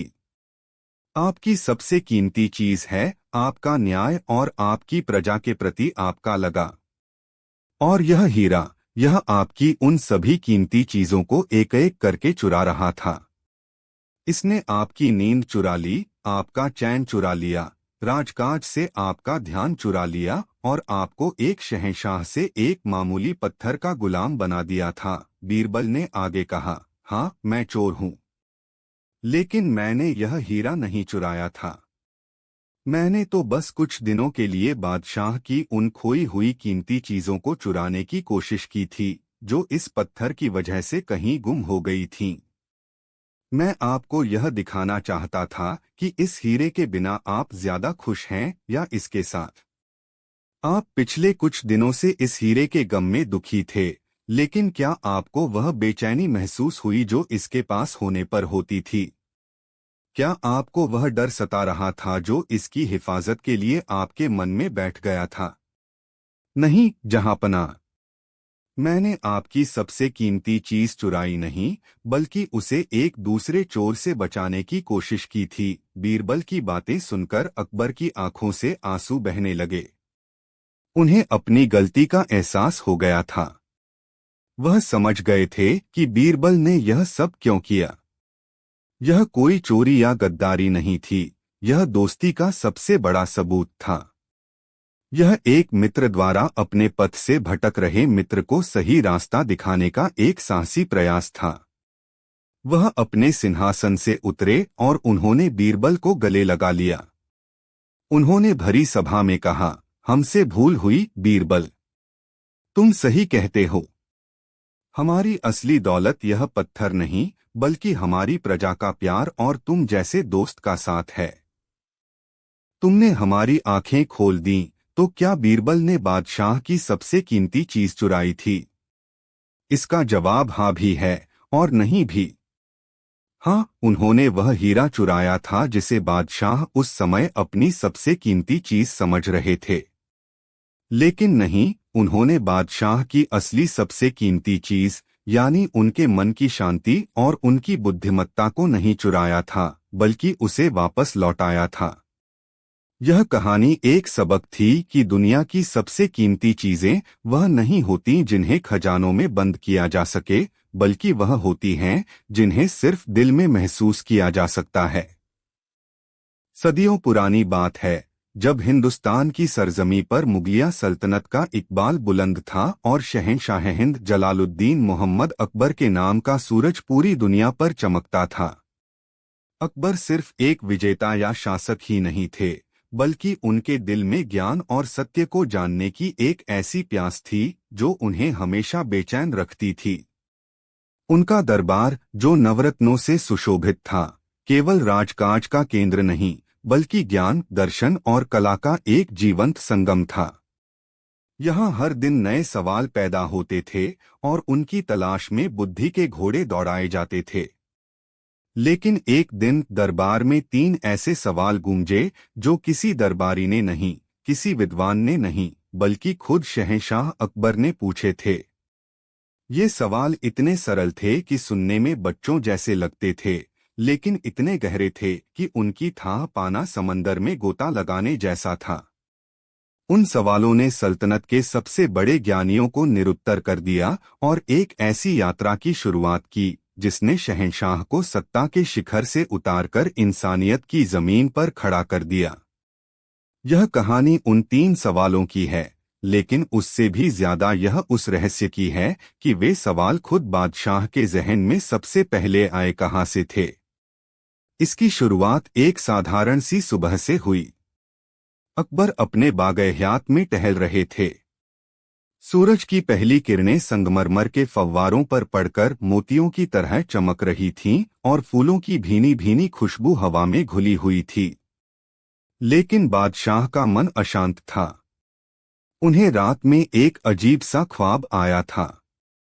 ख्वाब में उन्होंने देखा कि वह ऐसे व्यक्ति का है जो हमारे बहुत करीब है। क्या तुम कुछ जानते हो इस बारे में? बीरबल ने बड़ी शांति से जवाब दिया। जहां पनाह, मैं जानता हूं कि आपका हीरा कहाँ है। यह सुनकर पूरे दरबार में सनसनी फैल गई। अकबर अपनी जगह से खड़े हो गए। कहाँ है? किसने चुराया है उसे?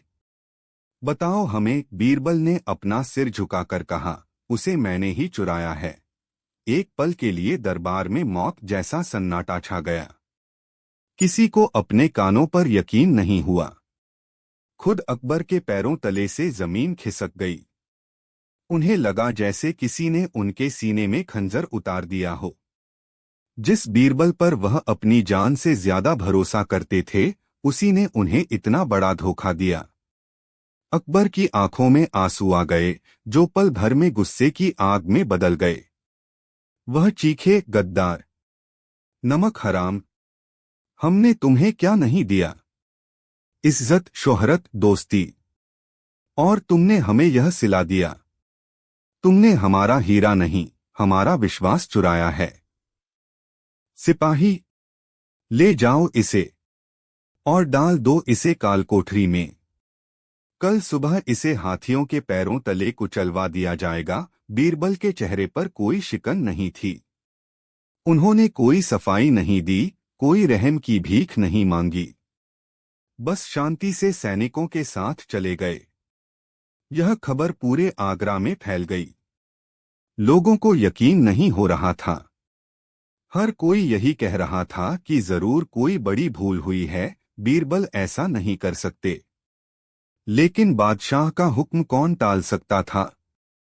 अकबर रात भर सो नहीं सके। उनका गुस्सा अब धीरे धीरे ठंडा हो रहा था और उसकी जगह एक भयानक खालीपन और दुख ने ले ली थी। उन्हें बीरबल के साथ बिताए पल याद आ रहे थे। उन्हें लग रहा था कि हीरा खोने का दुख तो था ही, लेकिन बीरबल को खोने का दुख उससे कहीं ज्यादा बड़ा था। वह सोच रहे थे कि बीरबल ने ऐसा क्यों किया। क्या उन्हें दौलत का इतना लालच था? नहीं, यह संभव नहीं था। अकबर ने कई बार बीरबल को जागीरें और अशर्फिया देनी चाहिए, लेकिन बीरबल ने हमेशा विनम्रता से मना कर दिया था। तो फिर वजह क्या थी? यह सवाल अकबर को अंदर ही अंदर खाए जा रहा था। सुबह हुई। बीरबल को सजा देने के लिए मैदान में लाया गया। हजारों की भीड़ जमा थी, हर आंख में आंसू थे। अकबर भी भारी मन से अपने सिंहासन पर बैठे थे। जल्लाद ने बीरबल से उनकी आखिरी ख्वाहिश पूछी। बीरबल ने कहा, मेरी बस एक ही ख्वाहिश है। मैं मरने से पहले शहंशाह सलामत को उनकी वह सबसे कीमती चीज लौटाना चाहता हूं जो मेरे पास अमानत के तौर पर रखी है। अकबर हैरान रह गए। उन्होंने सैनिकों को इशारा किया। बीरबल को उनके पास लाया गया। बीरबल ने कहा, आलमपनाह, आपने कहा कि मैंने आपकी सबसे कीमती चीज चुराई है, पर क्या आपने कभी सोचा कि आपकी सबसे कीमती चीज है क्या? क्या वह यह बेजान हीरा है? यह कहकर बीरबल ने अपनी पगड़ी के अंदर से वह नूर-ए-शहंशाह हीरा निकाला और अकबर के कदमों में रख दिया। हीरे को देखकर अकबर की आंखों में एक पल के लिए चमक आई, लेकिन बीरबल के अगले शब्दों ने उन्हें सोचने पर मजबूर कर दिया। बीरबल ने कहा, जहांपनाह, यह हीरा आपकी सबसे कीमती चीज नहीं है। आपकी सबसे कीमती चीज है आपका सुकून, आपकी रातों की नींद, आपकी वह प्यारी सी मुस्कान जो सल्तनत के हर चेहरे पर खुशी ले आती थी। आपकी सबसे कीमती चीज है आपका न्याय और आपकी प्रजा के प्रति आपका लगा। और यह हीरा, यह आपकी उन सभी कीमती चीजों को एक एक करके चुरा रहा था। इसने आपकी नींद चुरा ली, आपका चैन चुरा लिया, राजकाज से आपका ध्यान चुरा लिया और आपको एक शहंशाह से एक मामूली पत्थर का गुलाम बना दिया था। बीरबल ने आगे कहा, हाँ, मैं चोर हूँ, लेकिन मैंने यह हीरा नहीं चुराया था। मैंने तो बस कुछ दिनों के लिए बादशाह की उन खोई हुई कीमती चीजों को चुराने की कोशिश की थी, जो इस पत्थर की वजह से कहीं गुम हो गई थीं। मैं आपको यह दिखाना चाहता था कि इस हीरे के बिना आप ज्यादा खुश हैं या इसके साथ। आप पिछले कुछ दिनों से इस हीरे के गम में दुखी थे, लेकिन क्या आपको वह बेचैनी महसूस हुई जो इसके पास होने पर होती थी? क्या आपको वह डर सता रहा था जो इसकी हिफाजत के लिए आपके मन में बैठ गया था? नहीं, जहांपनाह, मैंने आपकी सबसे कीमती चीज चुराई नहीं, बल्कि उसे एक दूसरे चोर से बचाने की कोशिश की थी। बीरबल की बातें सुनकर अकबर की आंखों से आंसू बहने लगे। उन्हें अपनी गलती का एहसास हो गया था। वह समझ गए थे कि बीरबल ने यह सब क्यों किया। यह कोई चोरी या गद्दारी नहीं थी, यह दोस्ती का सबसे बड़ा सबूत था। यह एक मित्र द्वारा अपने पथ से भटक रहे मित्र को सही रास्ता दिखाने का एक साहसी प्रयास था। वह अपने सिंहासन से उतरे और उन्होंने बीरबल को गले लगा लिया। उन्होंने भरी सभा में कहा, हमसे भूल हुई बीरबल, तुम सही कहते हो। हमारी असली दौलत यह पत्थर नहीं, बल्कि हमारी प्रजा का प्यार और तुम जैसे दोस्त का साथ है। तुमने हमारी आंखें खोल दी। तो क्या बीरबल ने बादशाह की सबसे कीमती चीज चुराई थी? इसका जवाब हाँ भी है और नहीं भी। हाँ, उन्होंने वह हीरा चुराया था जिसे बादशाह उस समय अपनी सबसे कीमती चीज समझ रहे थे। लेकिन नहीं, उन्होंने बादशाह की असली सबसे कीमती चीज यानी उनके मन की शांति और उनकी बुद्धिमत्ता को नहीं चुराया था, बल्कि उसे वापस लौटाया था। यह कहानी एक सबक थी कि दुनिया की सबसे कीमती चीजें वह नहीं होती जिन्हें खजानों में बंद किया जा सके, बल्कि वह होती हैं जिन्हें सिर्फ दिल में महसूस किया जा सकता है। सदियों पुरानी बात है, जब हिंदुस्तान की सरजमी पर मुगलिया सल्तनत का इकबाल बुलंद था और शहंशाह हिंद जलालुद्दीन मोहम्मद अकबर के नाम का सूरज पूरी दुनिया पर चमकता था। अकबर सिर्फ एक विजेता या शासक ही नहीं थे, बल्कि उनके दिल में ज्ञान और सत्य को जानने की एक ऐसी प्यास थी जो उन्हें हमेशा बेचैन रखती थी। उनका दरबार, जो नवरत्नों से सुशोभित था, केवल राजकाज का केंद्र नहीं, बल्कि ज्ञान, दर्शन और कला का एक जीवंत संगम था। यहाँ हर दिन नए सवाल पैदा होते थे और उनकी तलाश में बुद्धि के घोड़े दौड़ाए जाते थे। लेकिन एक दिन दरबार में 3 ऐसे सवाल गूंजे जो किसी दरबारी ने नहीं, किसी विद्वान ने नहीं, बल्कि खुद शहंशाह अकबर ने पूछे थे। ये सवाल इतने सरल थे कि सुनने में बच्चों जैसे लगते थे, लेकिन इतने गहरे थे कि उनकी थाह पाना समंदर में गोता लगाने जैसा था। उन सवालों ने सल्तनत के सबसे बड़े ज्ञानियों को निरुत्तर कर दिया और एक ऐसी यात्रा की शुरुआत की जिसने शहंशाह को सत्ता के शिखर से उतारकर इंसानियत की जमीन पर खड़ा कर दिया। यह कहानी उन 3 सवालों की है लेकिन उससे भी ज्यादा यह उस रहस्य की है कि वे सवाल खुद बादशाह के जहन में सबसे पहले आए कहाँ से थे। इसकी शुरुआत एक साधारण सी सुबह से हुई। अकबर अपने बागहयात में टहल रहे थे।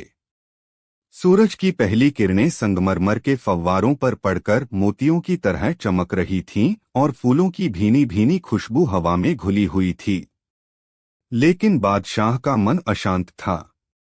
उन्हें रात में एक अजीब सा ख्वाब आया था। ख्वाब में उन्होंने देखा कि वह एक विशाल रेगिस्तान में अकेले खड़े हैं, दूर दूर तक कोई नहीं है, और उनके सामने तीन धधकते हुए शब्द हवा में तैर रहे हैं, समय, व्यक्ति और कर्म। यह ख्वाब उन्हें सुबह से ही परेशान कर रहा था। उन्हें लग रहा था जैसे कायनात उनसे कोई गहरा राज खोलना चाहती है, पर वह उसे समझ नहीं पा रहे हैं। इसी उधेड़बुन में वह दीवानयाम पहुंचे। उनका चेहरा गंभीर था और आंखों में एक गहरी सोच थी जो उनके नवरत्नों से छुपी न रह सकी।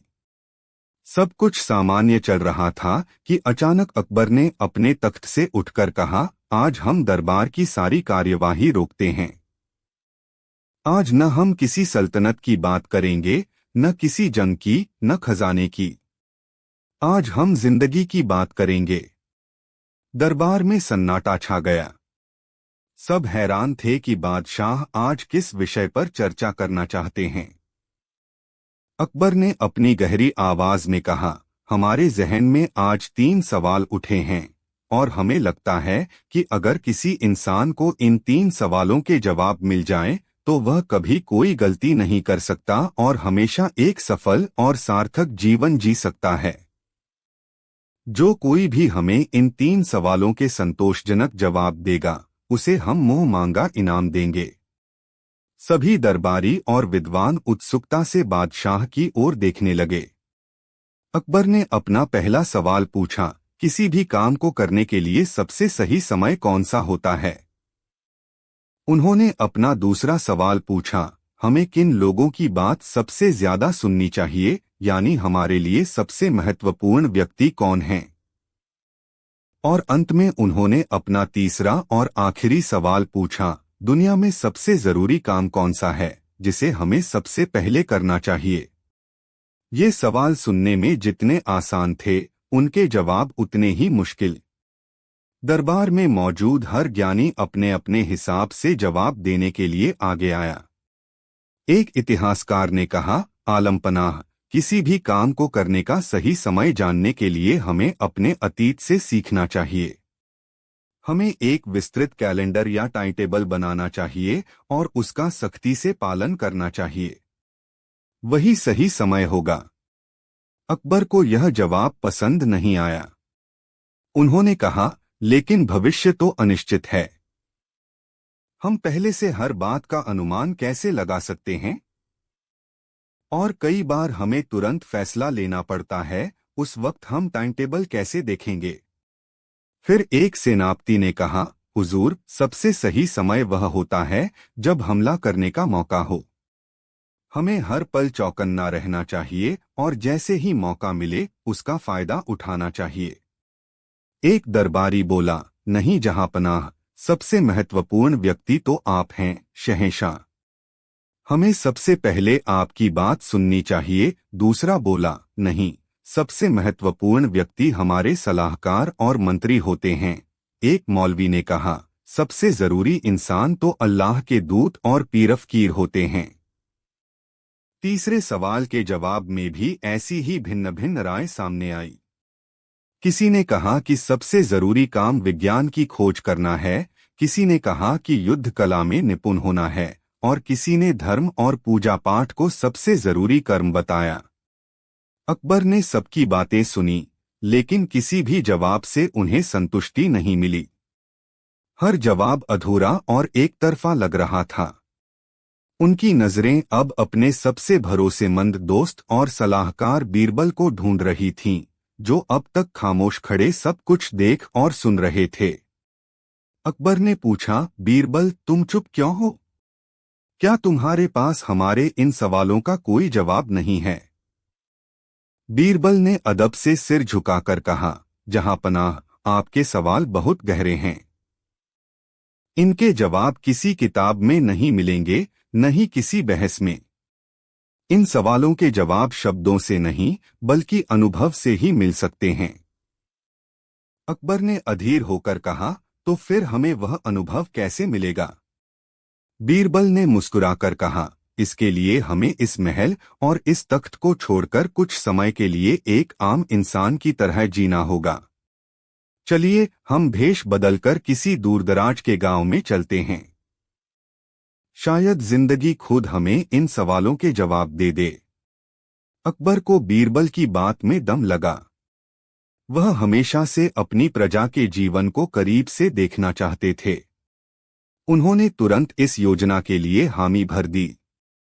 अगली सुबह जब आगरा सो रहा था, शहंशाह हिंद और उनके सबसे करीबी मंत्री दो साधारण सौदागरों के भेष में घोड़ों पर सवार होकर एक अनजानी मंजिल की ओर निकल पड़े।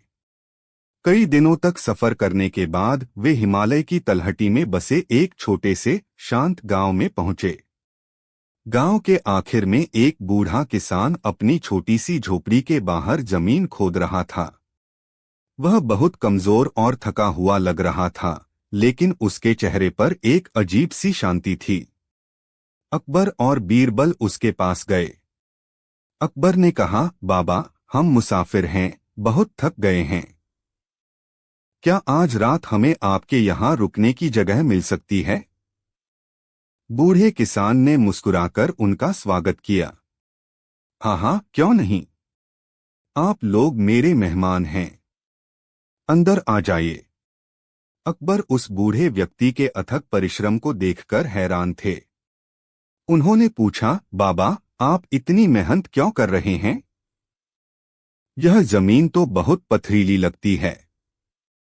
बूढ़े ने जवाब दिया, मैं यहाँ कुछ फलों के बीज बो रहा हूँ। अकबर ने कहा, लेकिन इन बीजों को पेड़ बनने और फल देने में तो सालों लग जाएंगे। आपकी उम्र देखकर नहीं लगता कि आप इन पेड़ों के फल खा पाएंगे। बूढ़े किसान ने एक गहरी सांस ली और जो जवाब दिया, उसने अकबर को अंदर तक झकझोर दिया। उसने कहा, साहब, जिन पेड़ों के फल मैंने खाए हैं, वे मेरे पुरखों ने लगाए थे। मैं यह पेड़ अपने आने वाली पीढ़ियों के लिए लगा रहा हूँ।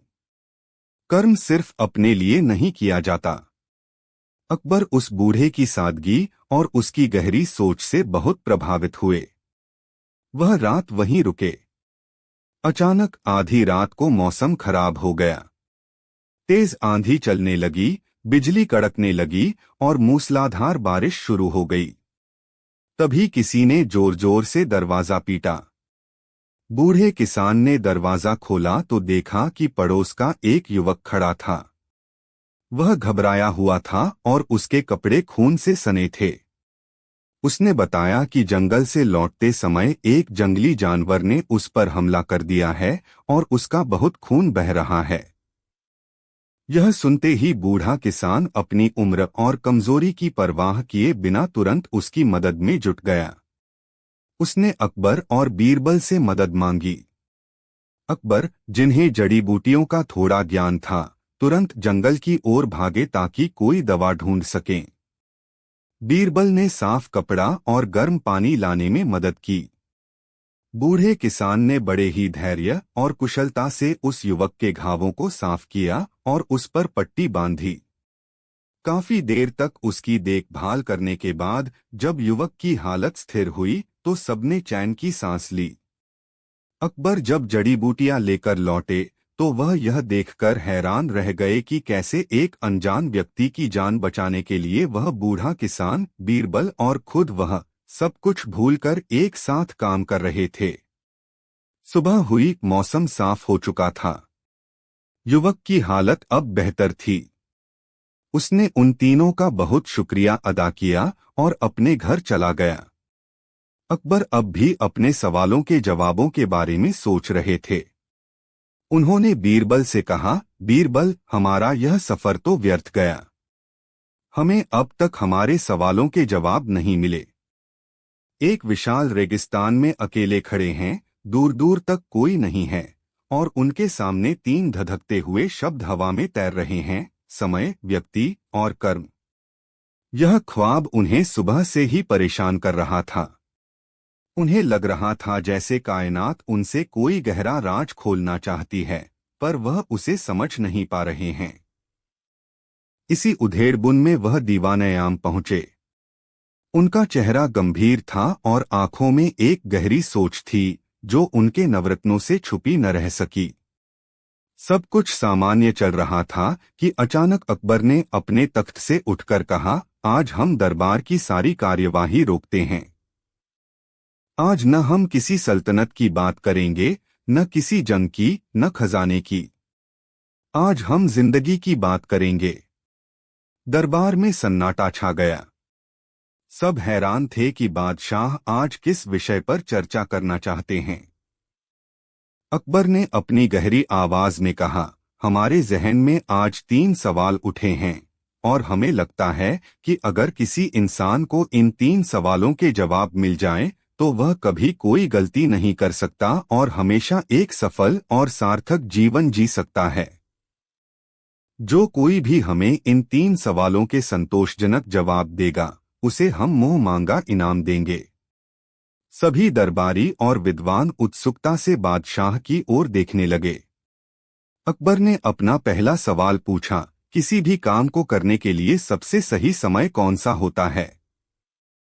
उन्होंने अपना दूसरा सवाल पूछा, हमें किन लोगों की बात सबसे ज्यादा सुननी चाहिए, यानी हमारे लिए सबसे महत्वपूर्ण व्यक्ति कौन हैं? और अंत में उन्होंने अपना तीसरा और आखिरी सवाल पूछा, दुनिया में सबसे जरूरी काम कौन सा है, जिसे हमें सबसे पहले करना चाहिए? ये सवाल सुनने में जितने आसान थे, उनके जवाब उतने ही मुश्किल। दरबार में मौजूद हर ज्ञानी अपने अपने हिसाब से जवाब देने के लिए आगे आया। एक इतिहासकार ने कहा, आलमपनाह, किसी भी काम को करने का सही समय जानने के लिए हमें अपने अतीत से सीखना चाहिए। हमें एक विस्तृत कैलेंडर या टाइम टेबल बनाना चाहिए और उसका सख्ती से पालन करना चाहिए। वही सही समय होगा। अकबर को यह जवाब पसंद नहीं आया। उन्होंने कहा, लेकिन भविष्य तो अनिश्चित है। हम पहले से हर बात का अनुमान कैसे लगा सकते हैं? और कई बार हमें तुरंत फैसला लेना पड़ता है, उस वक्त हम टाइम टेबल कैसे देखेंगे? फिर एक सेनापति ने कहा, हुजूर, सबसे सही समय वह होता है जब हमला करने का मौका हो। हमें हर पल चौकन्ना रहना चाहिए और जैसे ही मौका मिले उसका फायदा उठाना चाहिए। एक दरबारी बोला, नहीं जहांपनाह, सबसे महत्वपूर्ण व्यक्ति तो आप हैं, शहंशाह। हमें सबसे पहले आपकी बात सुननी चाहिए। दूसरा बोला, नहीं, सबसे महत्वपूर्ण व्यक्ति हमारे सलाहकार और मंत्री होते हैं। एक मौलवी ने कहा, सबसे जरूरी इंसान तो अल्लाह के दूत और पीरफकीर होते हैं। तीसरे सवाल के जवाब में भी ऐसी ही भिन्न भिन्न राय सामने आई। किसी ने कहा कि सबसे जरूरी काम विज्ञान की खोज करना है, किसी ने कहा कि युद्ध कला में निपुण होना है, और किसी ने धर्म और पूजा पाठ को सबसे जरूरी कर्म बताया। अकबर ने सबकी बातें सुनी, लेकिन किसी भी जवाब से उन्हें संतुष्टि नहीं मिली। हर जवाब अधूरा और एक तरफा लग रहा था। उनकी नजरें अब अपने सबसे भरोसेमंद दोस्त और सलाहकार बीरबल को ढूंढ रही थीं, जो अब तक खामोश खड़े सब कुछ देख और सुन रहे थे। अकबर ने पूछा, बीरबल, तुम चुप क्यों हो? क्या तुम्हारे पास हमारे इन सवालों का कोई जवाब नहीं है? बीरबल ने अदब से सिर झुकाकर कहा, जहांपनाह, आपके सवाल बहुत गहरे हैं। इनके जवाब किसी किताब में नहीं मिलेंगे, न ही किसी बहस में। इन सवालों के जवाब शब्दों से नहीं, बल्कि अनुभव से ही मिल सकते हैं। अकबर ने अधीर होकर कहा, तो फिर हमें वह अनुभव कैसे मिलेगा?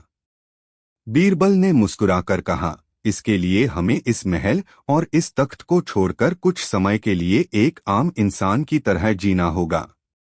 चलिए, हम भेष बदलकर किसी दूरदराज के गांव में चलते हैं। शायद जिंदगी खुद हमें इन सवालों के जवाब दे दे। अकबर को बीरबल की बात में दम लगा। वह हमेशा से अपनी प्रजा के जीवन को करीब से देखना चाहते थे। उन्होंने तुरंत इस योजना के लिए हामी भर दी। अगली सुबह जब आगरा सो रहा था, शहंशाह हिंद और उनके सबसे करीबी मंत्री दो साधारण सौदागरों के भेष में घोड़ों पर सवार होकर एक अनजानी मंजिल की ओर निकल पड़े। कई दिनों तक सफर करने के बाद वे हिमालय की तलहटी में बसे एक छोटे से शांत गांव में पहुंचे। गांव के आखिर में एक बूढ़ा किसान अपनी छोटी सी झोपड़ी के बाहर जमीन खोद रहा था। वह बहुत कमजोर और थका हुआ लग रहा था, लेकिन उसके चेहरे पर एक अजीब सी शांति थी। अकबर और बीरबल उसके पास गए। अकबर ने कहा, बाबा, हम मुसाफिर हैं, बहुत थक गए हैं। क्या आज रात हमें आपके यहाँ रुकने की जगह मिल सकती है? बूढ़े किसान ने मुस्कुराकर उनका स्वागत किया। हाँ हाँ, क्यों नहीं। आप लोग मेरे मेहमान हैं। अंदर आ जाइए। अकबर उस बूढ़े व्यक्ति के अथक परिश्रम को देखकर हैरान थे। उन्होंने पूछा, बाबा, आप इतनी मेहनत क्यों कर रहे हैं? यह जमीन तो बहुत पथरीली लगती है। बूढ़े ने जवाब दिया, मैं यहाँ कुछ फलों के बीज बो रहा हूँ। अकबर ने कहा, लेकिन इन बीजों को पेड़ बनने और फल देने में तो सालों लग जाएंगे। आपकी उम्र देखकर नहीं लगता कि आप इन पेड़ों के फल खा पाएंगे। बूढ़े किसान ने एक गहरी सांस ली और जो जवाब दिया, उसने अकबर को अंदर तक झकझोर दिया। उसने कहा, साहब, जिन पेड़ों के फल मैंने खाए हैं, वे मेरे पुरखों ने लगाए थे। मैं यह पेड़ अपने आने वाली पीढ़ियों के लिए लगा रहा हूं। कर्म सिर्फ अपने लिए नहीं किया जाता। अकबर उस बूढ़े की सादगी और उसकी गहरी सोच से बहुत प्रभावित हुए। वह रात वहीं रुके। अचानक आधी रात को मौसम खराब हो गया। तेज आंधी चलने लगी, बिजली कड़कने लगी और मूसलाधार बारिश शुरू हो गई। तभी किसी ने जोर जोर से दरवाजा पीटा। बूढ़े किसान ने दरवाजा खोला तो देखा कि पड़ोस का एक युवक खड़ा था। वह घबराया हुआ था और उसके कपड़े खून से सने थे। उसने बताया कि जंगल से लौटते समय एक जंगली जानवर ने उस पर हमला कर दिया है और उसका बहुत खून बह रहा है। यह सुनते ही बूढ़ा किसान अपनी उम्र और कमजोरी की परवाह किए बिना तुरंत उसकी मदद में जुट गया। उसने अकबर और बीरबल से मदद मांगी। अकबर, जिन्हें जड़ी बूटियों का थोड़ा ज्ञान था, तुरंत जंगल की ओर भागे ताकि कोई दवा ढूंढ सकें। बीरबल ने साफ कपड़ा और गर्म पानी लाने में मदद की। बूढ़े किसान ने बड़े ही धैर्य और कुशलता से उस युवक के घावों को साफ किया और उस पर पट्टी बांधी। काफी देर तक उसकी देखभाल करने के बाद जब युवक की हालत स्थिर हुई तो सबने चैन की सांस ली। अकबर जब जड़ी बूटियां लेकर लौटे तो वह यह देखकर हैरान रह गए कि कैसे एक अनजान व्यक्ति की जान बचाने के लिए वह बूढ़ा किसान, बीरबल और खुद वह सब कुछ भूलकर एक साथ काम कर रहे थे। सुबह हुई, मौसम साफ हो चुका था। युवक की हालत अब बेहतर थी। उसने उन तीनों का बहुत शुक्रिया अदा किया और अपने घर चला गया। अकबर अब भी अपने सवालों के जवाबों के बारे में सोच रहे थे। उन्होंने बीरबल से कहा, बीरबल, हमारा यह सफर तो व्यर्थ गया। हमें अब तक हमारे सवालों के जवाब नहीं मिले। बीरबल मुस्कुराए। जहांपनाह, आपको आपके तीनों सवालों के जवाब मिल चुके हैं। बस आपने उन पर गौर नहीं किया। अकबर हैरान रह गए। क्या मतलब? हमें तो कुछ समझ नहीं आया। बीरबल ने समझाना शुरू किया, जहांपनाह, याद कीजिए, जब वह घायल युवक दरवाजे पर आया तो उस वक्त आपके लिए सबसे सही समय कौन सा था? क्या वह अतीत था या भविष्य? नहीं, सबसे सही समय वही पल था, वर्तमान था। अगर हम उस पल उसकी मदद करने के बजाय सोचते रहते या किसी और सही समय का इंतजार करते तो वह युवक मर जाता। इसलिए किसी भी काम को करने के लिए सबसे सही समय अभी नाउ होता है। और उस वक्त आपके लिए सबसे महत्वपूर्ण व्यक्ति कौन था? क्या मैं या वह बूढ़ा किसान? नहीं, उस पल आपके लिए सबसे महत्वपूर्ण व्यक्ति वह घायल युवक था जिसे आपकी मदद की जरूरत थी। इसलिए सबसे महत्वपूर्ण व्यक्ति वह होता है जो उस पल आपके साथ हो और जिसे आपकी जरूरत हो। और अंत में उस वक्त दुनिया का सबसे जरूरी काम क्या था? क्या सल्तनत चलाना या ज्ञान पर चर्चा करना? नहीं, उस वक्त सबसे जरूरी काम उस युवक की मदद करना था। इसलिए सबसे जरूरी काम भलाई करना है। बीरबल की बातें सुनकर अकबर की आंखों के सामने से पर्दा हट गया। उन्हें अपने तीनों सवालों के जवाब मिल चुके थे, किसी किताब से नहीं, किसी ज्ञानी से नहीं, बल्कि जिंदगी के एक सीधे सादे अनुभव से। उन्हें समझ आ गया कि वह बूढ़ा किसान, वह घायल युवक और वह तूफानी रात, यह सब कायनात का एक तरीका था उन्हें सिखाने का। वह समझ गए कि असली ज्ञान महलों में नहीं, बल्कि इंसानियत की सेवा में छिपा है। सत्ता का असली मकसद हुकूमत करना नहीं, बल्कि लोगों की मदद करना है। अकबर और बीरबल वापस आगरा लौट आए। लेकिन अब वह पहले वाले अकबर नहीं थे।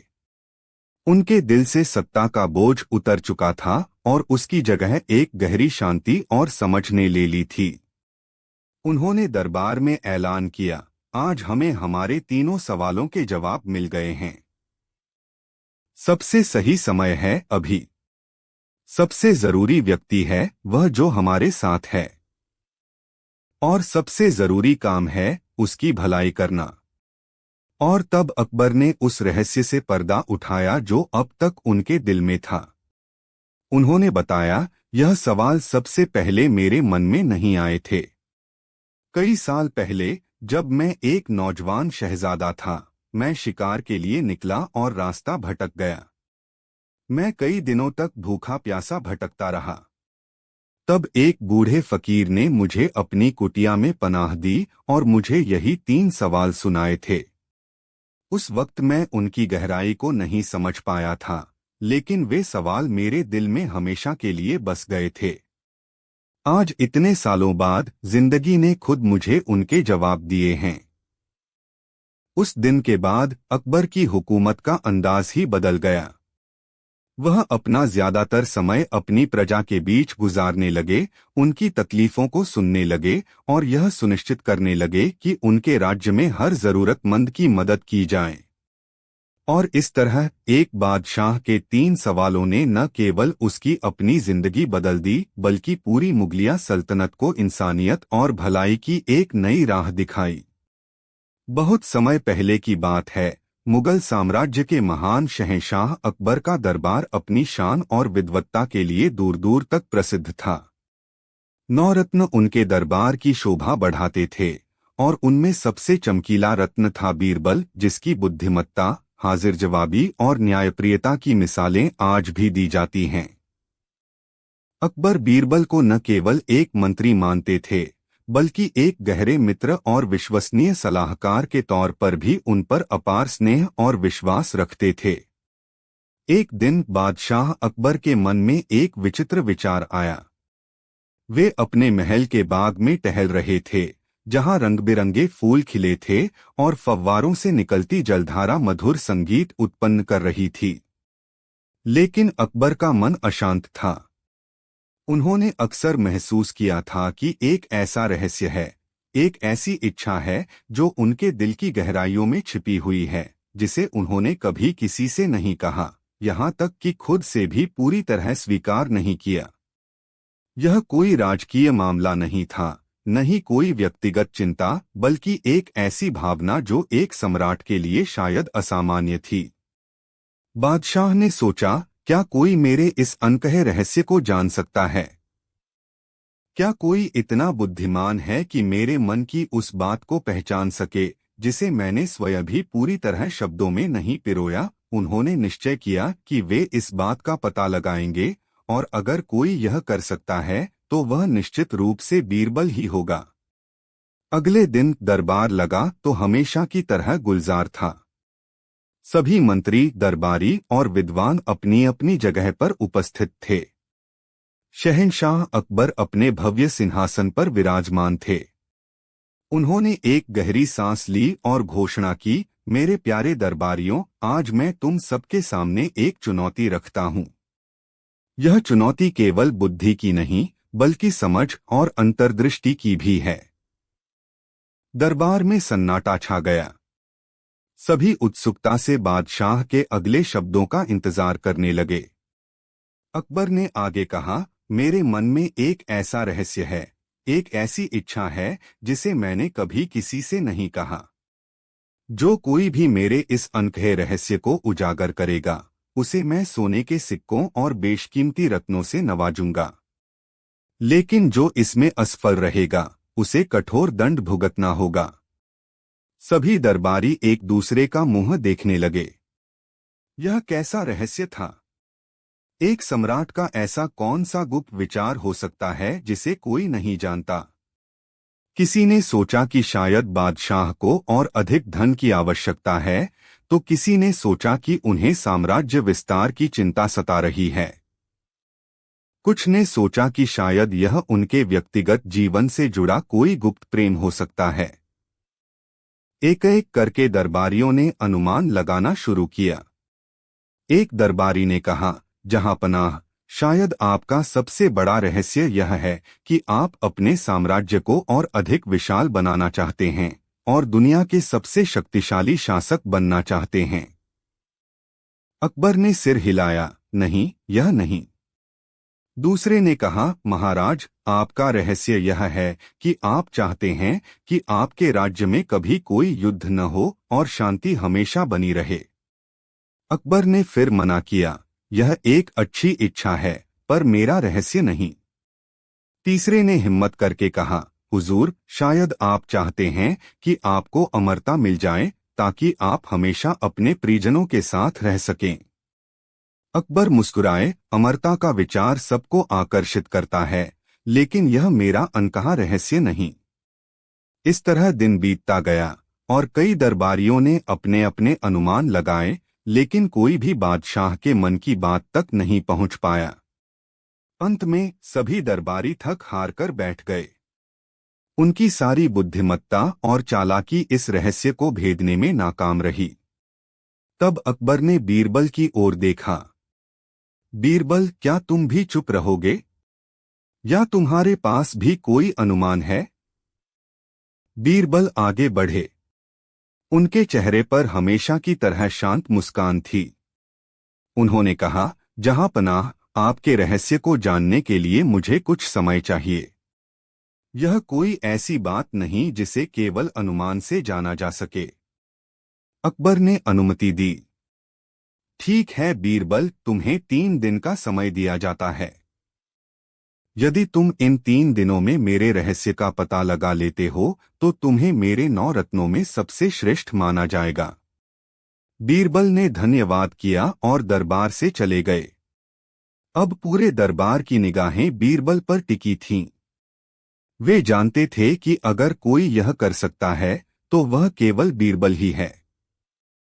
बीरबल ने अगले 2 दिन अकबर की गतिविधियों का बहुत बारीकी से अवलोकन किया।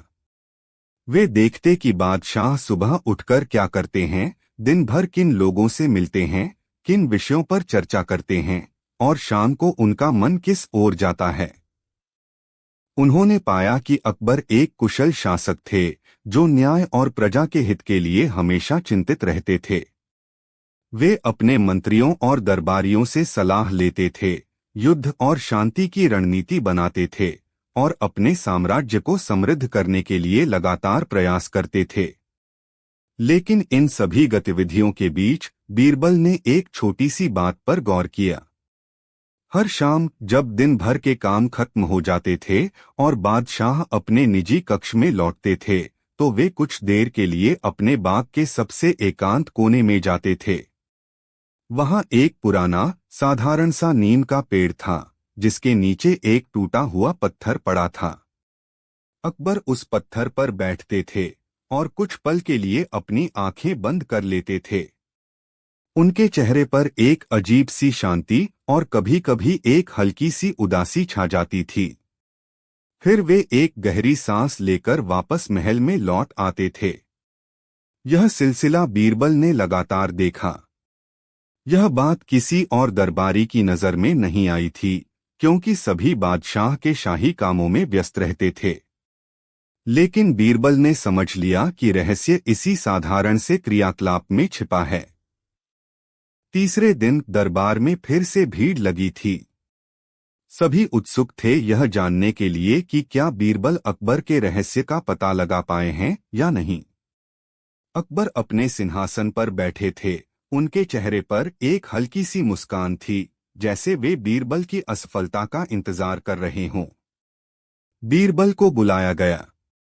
वे आत्मविश्वास के साथ आगे बढ़े। अकबर ने पूछा, तो बीरबल, क्या तुम्हें मेरे रहस्य का पता चला या तुम भी हार मान गए? बीरबल ने आदरपूर्वक झुककर कहा, जहां पनाह, आपका रहस्य जितना गहरा है उतना ही सरल भी है। दरबारियों की उत्सुकता बढ़ गई। बीरबल ने आगे कहा, आपका सबसे बड़ा रहस्य, जहां पनाह, यह नहीं है कि आप और धन चाहते हैं या और शक्ति या अमरता। आपका रहस्य यह है कि आप एक साधारण जीवन जीना चाहते हैं। आप एक पल के लिए भी उस शाही बोझ, उन जिम्मेदारियों और उन अपेक्षाओं से मुक्ति चाहते हैं जो एक सम्राट होने के नाते आप पर हैं। अकबर की आंखें चौड़ी हो गईं। वे आश्चर्यचकित रह गए। उनके चेहरे पर पहले तो हैरानी, फिर स्वीकृति और अंत में एक गहरी राहत की भावना उभरी। बीरबल ने अपनी बात जारी रखी, मैंने देखा है, जहां पनाह, कि हर शाम जब आप अपने सभी राजकाज से निवृत्त हो जाते हैं तो आप चुपचाप बाग के उस पुराने नीम के पेड़ के नीचे जाकर बैठ जाते हैं जहां एक टूटा हुआ पत्थर पड़ा है। उस पल में आप सम्राट अकबर नहीं होते। आप सिर्फ एक साधारण इंसान होते हैं जो पल भर के लिए उस बोझ से मुक्त होना चाहता है जो एक बादशाह के कंधों पर होता है। उस अकेलेपन में आप उस सादगी और शांति की तलाश करते हैं जो इस शाही दुनिया में दुर्लभ है। आपकी सबसे बड़ी इच्छा, जहां पनाह, शायद बस यही है कि कभी-कभी आप एक साधारण किसान की तरह खेतों में काम कर सकें, एक सामान्य व्यक्ति की तरह अपने परिवार के साथ बिना किसी प्रोटोकॉल के समय बिता सकें, या बस एक आम आदमी की तरह किसी नदी के किनारे बैठकर बहते पानी को देख सकें। यह इच्छा इतनी गहरी है कि आपने इसे कभी किसी से नहीं कहा, क्योंकि एक सम्राट से ऐसी इच्छा की अपेक्षा नहीं की जाती। बीरबल के शब्द सुनकर दरबार में सन्नाटा था। कोई कुछ नहीं बोल पा रहा था। सभी दरबारी हतप्रभ थे। उन्होंने कभी सोचा भी नहीं था कि एक सम्राट का इतना बड़ा रहस्य इतना मानवीय और साधारण हो सकता है। अकबर अपनी जगह से उठे। उनकी आंखों में चमक थी जो प्रशंसा और स्नेह से भरी थी। उन्होंने बीरबल को गले लगाया। बीरबल, तुमने मेरे मन की बात कह दी जो मैंने खुद से भी पूरी तरह नहीं कही थी। यह मेरा सबसे बड़ा रहस्य था जिसे तुमने अपनी गहरी समझ और अवलोकन से उजागर किया। तुम सचमुच मेरे नवरत्नों में सबसे अनमोल रत्न हो। अकबर ने बीरबल को सोने के सिक्कों और रत्नों से नवाजा, लेकिन सबसे बड़ा इनाम था उनका अटूट विश्वास और सम्मान। बीरबल ने अपनी बुद्धिमत्ता से यह साबित कर दिया कि असली ज्ञान केवल पुस्तकों में नहीं, बल्कि जीवन के सूक्ष्म पहलुओं को समझने में भी निहित है। उन्होंने दिखाया कि एक सम्राट के भव्य आवरण के नीचे भी एक साधारण इंसान का दिल धड़कता है, जिसकी अपनी अनकही इच्छाएं और आकांक्षाएं होती हैं। इस घटना के बाद अकबर का बीरबल पर विश्वास और भी गहरा हो गया और उनकी मित्रता की मिसालें पूरे साम्राज्य में दी जाने लगीं। यह रहस्य का खुलासा केवल एक पहेली का हल नहीं था, बल्कि इंसानियत की गहरी समझ का प्रमाण था।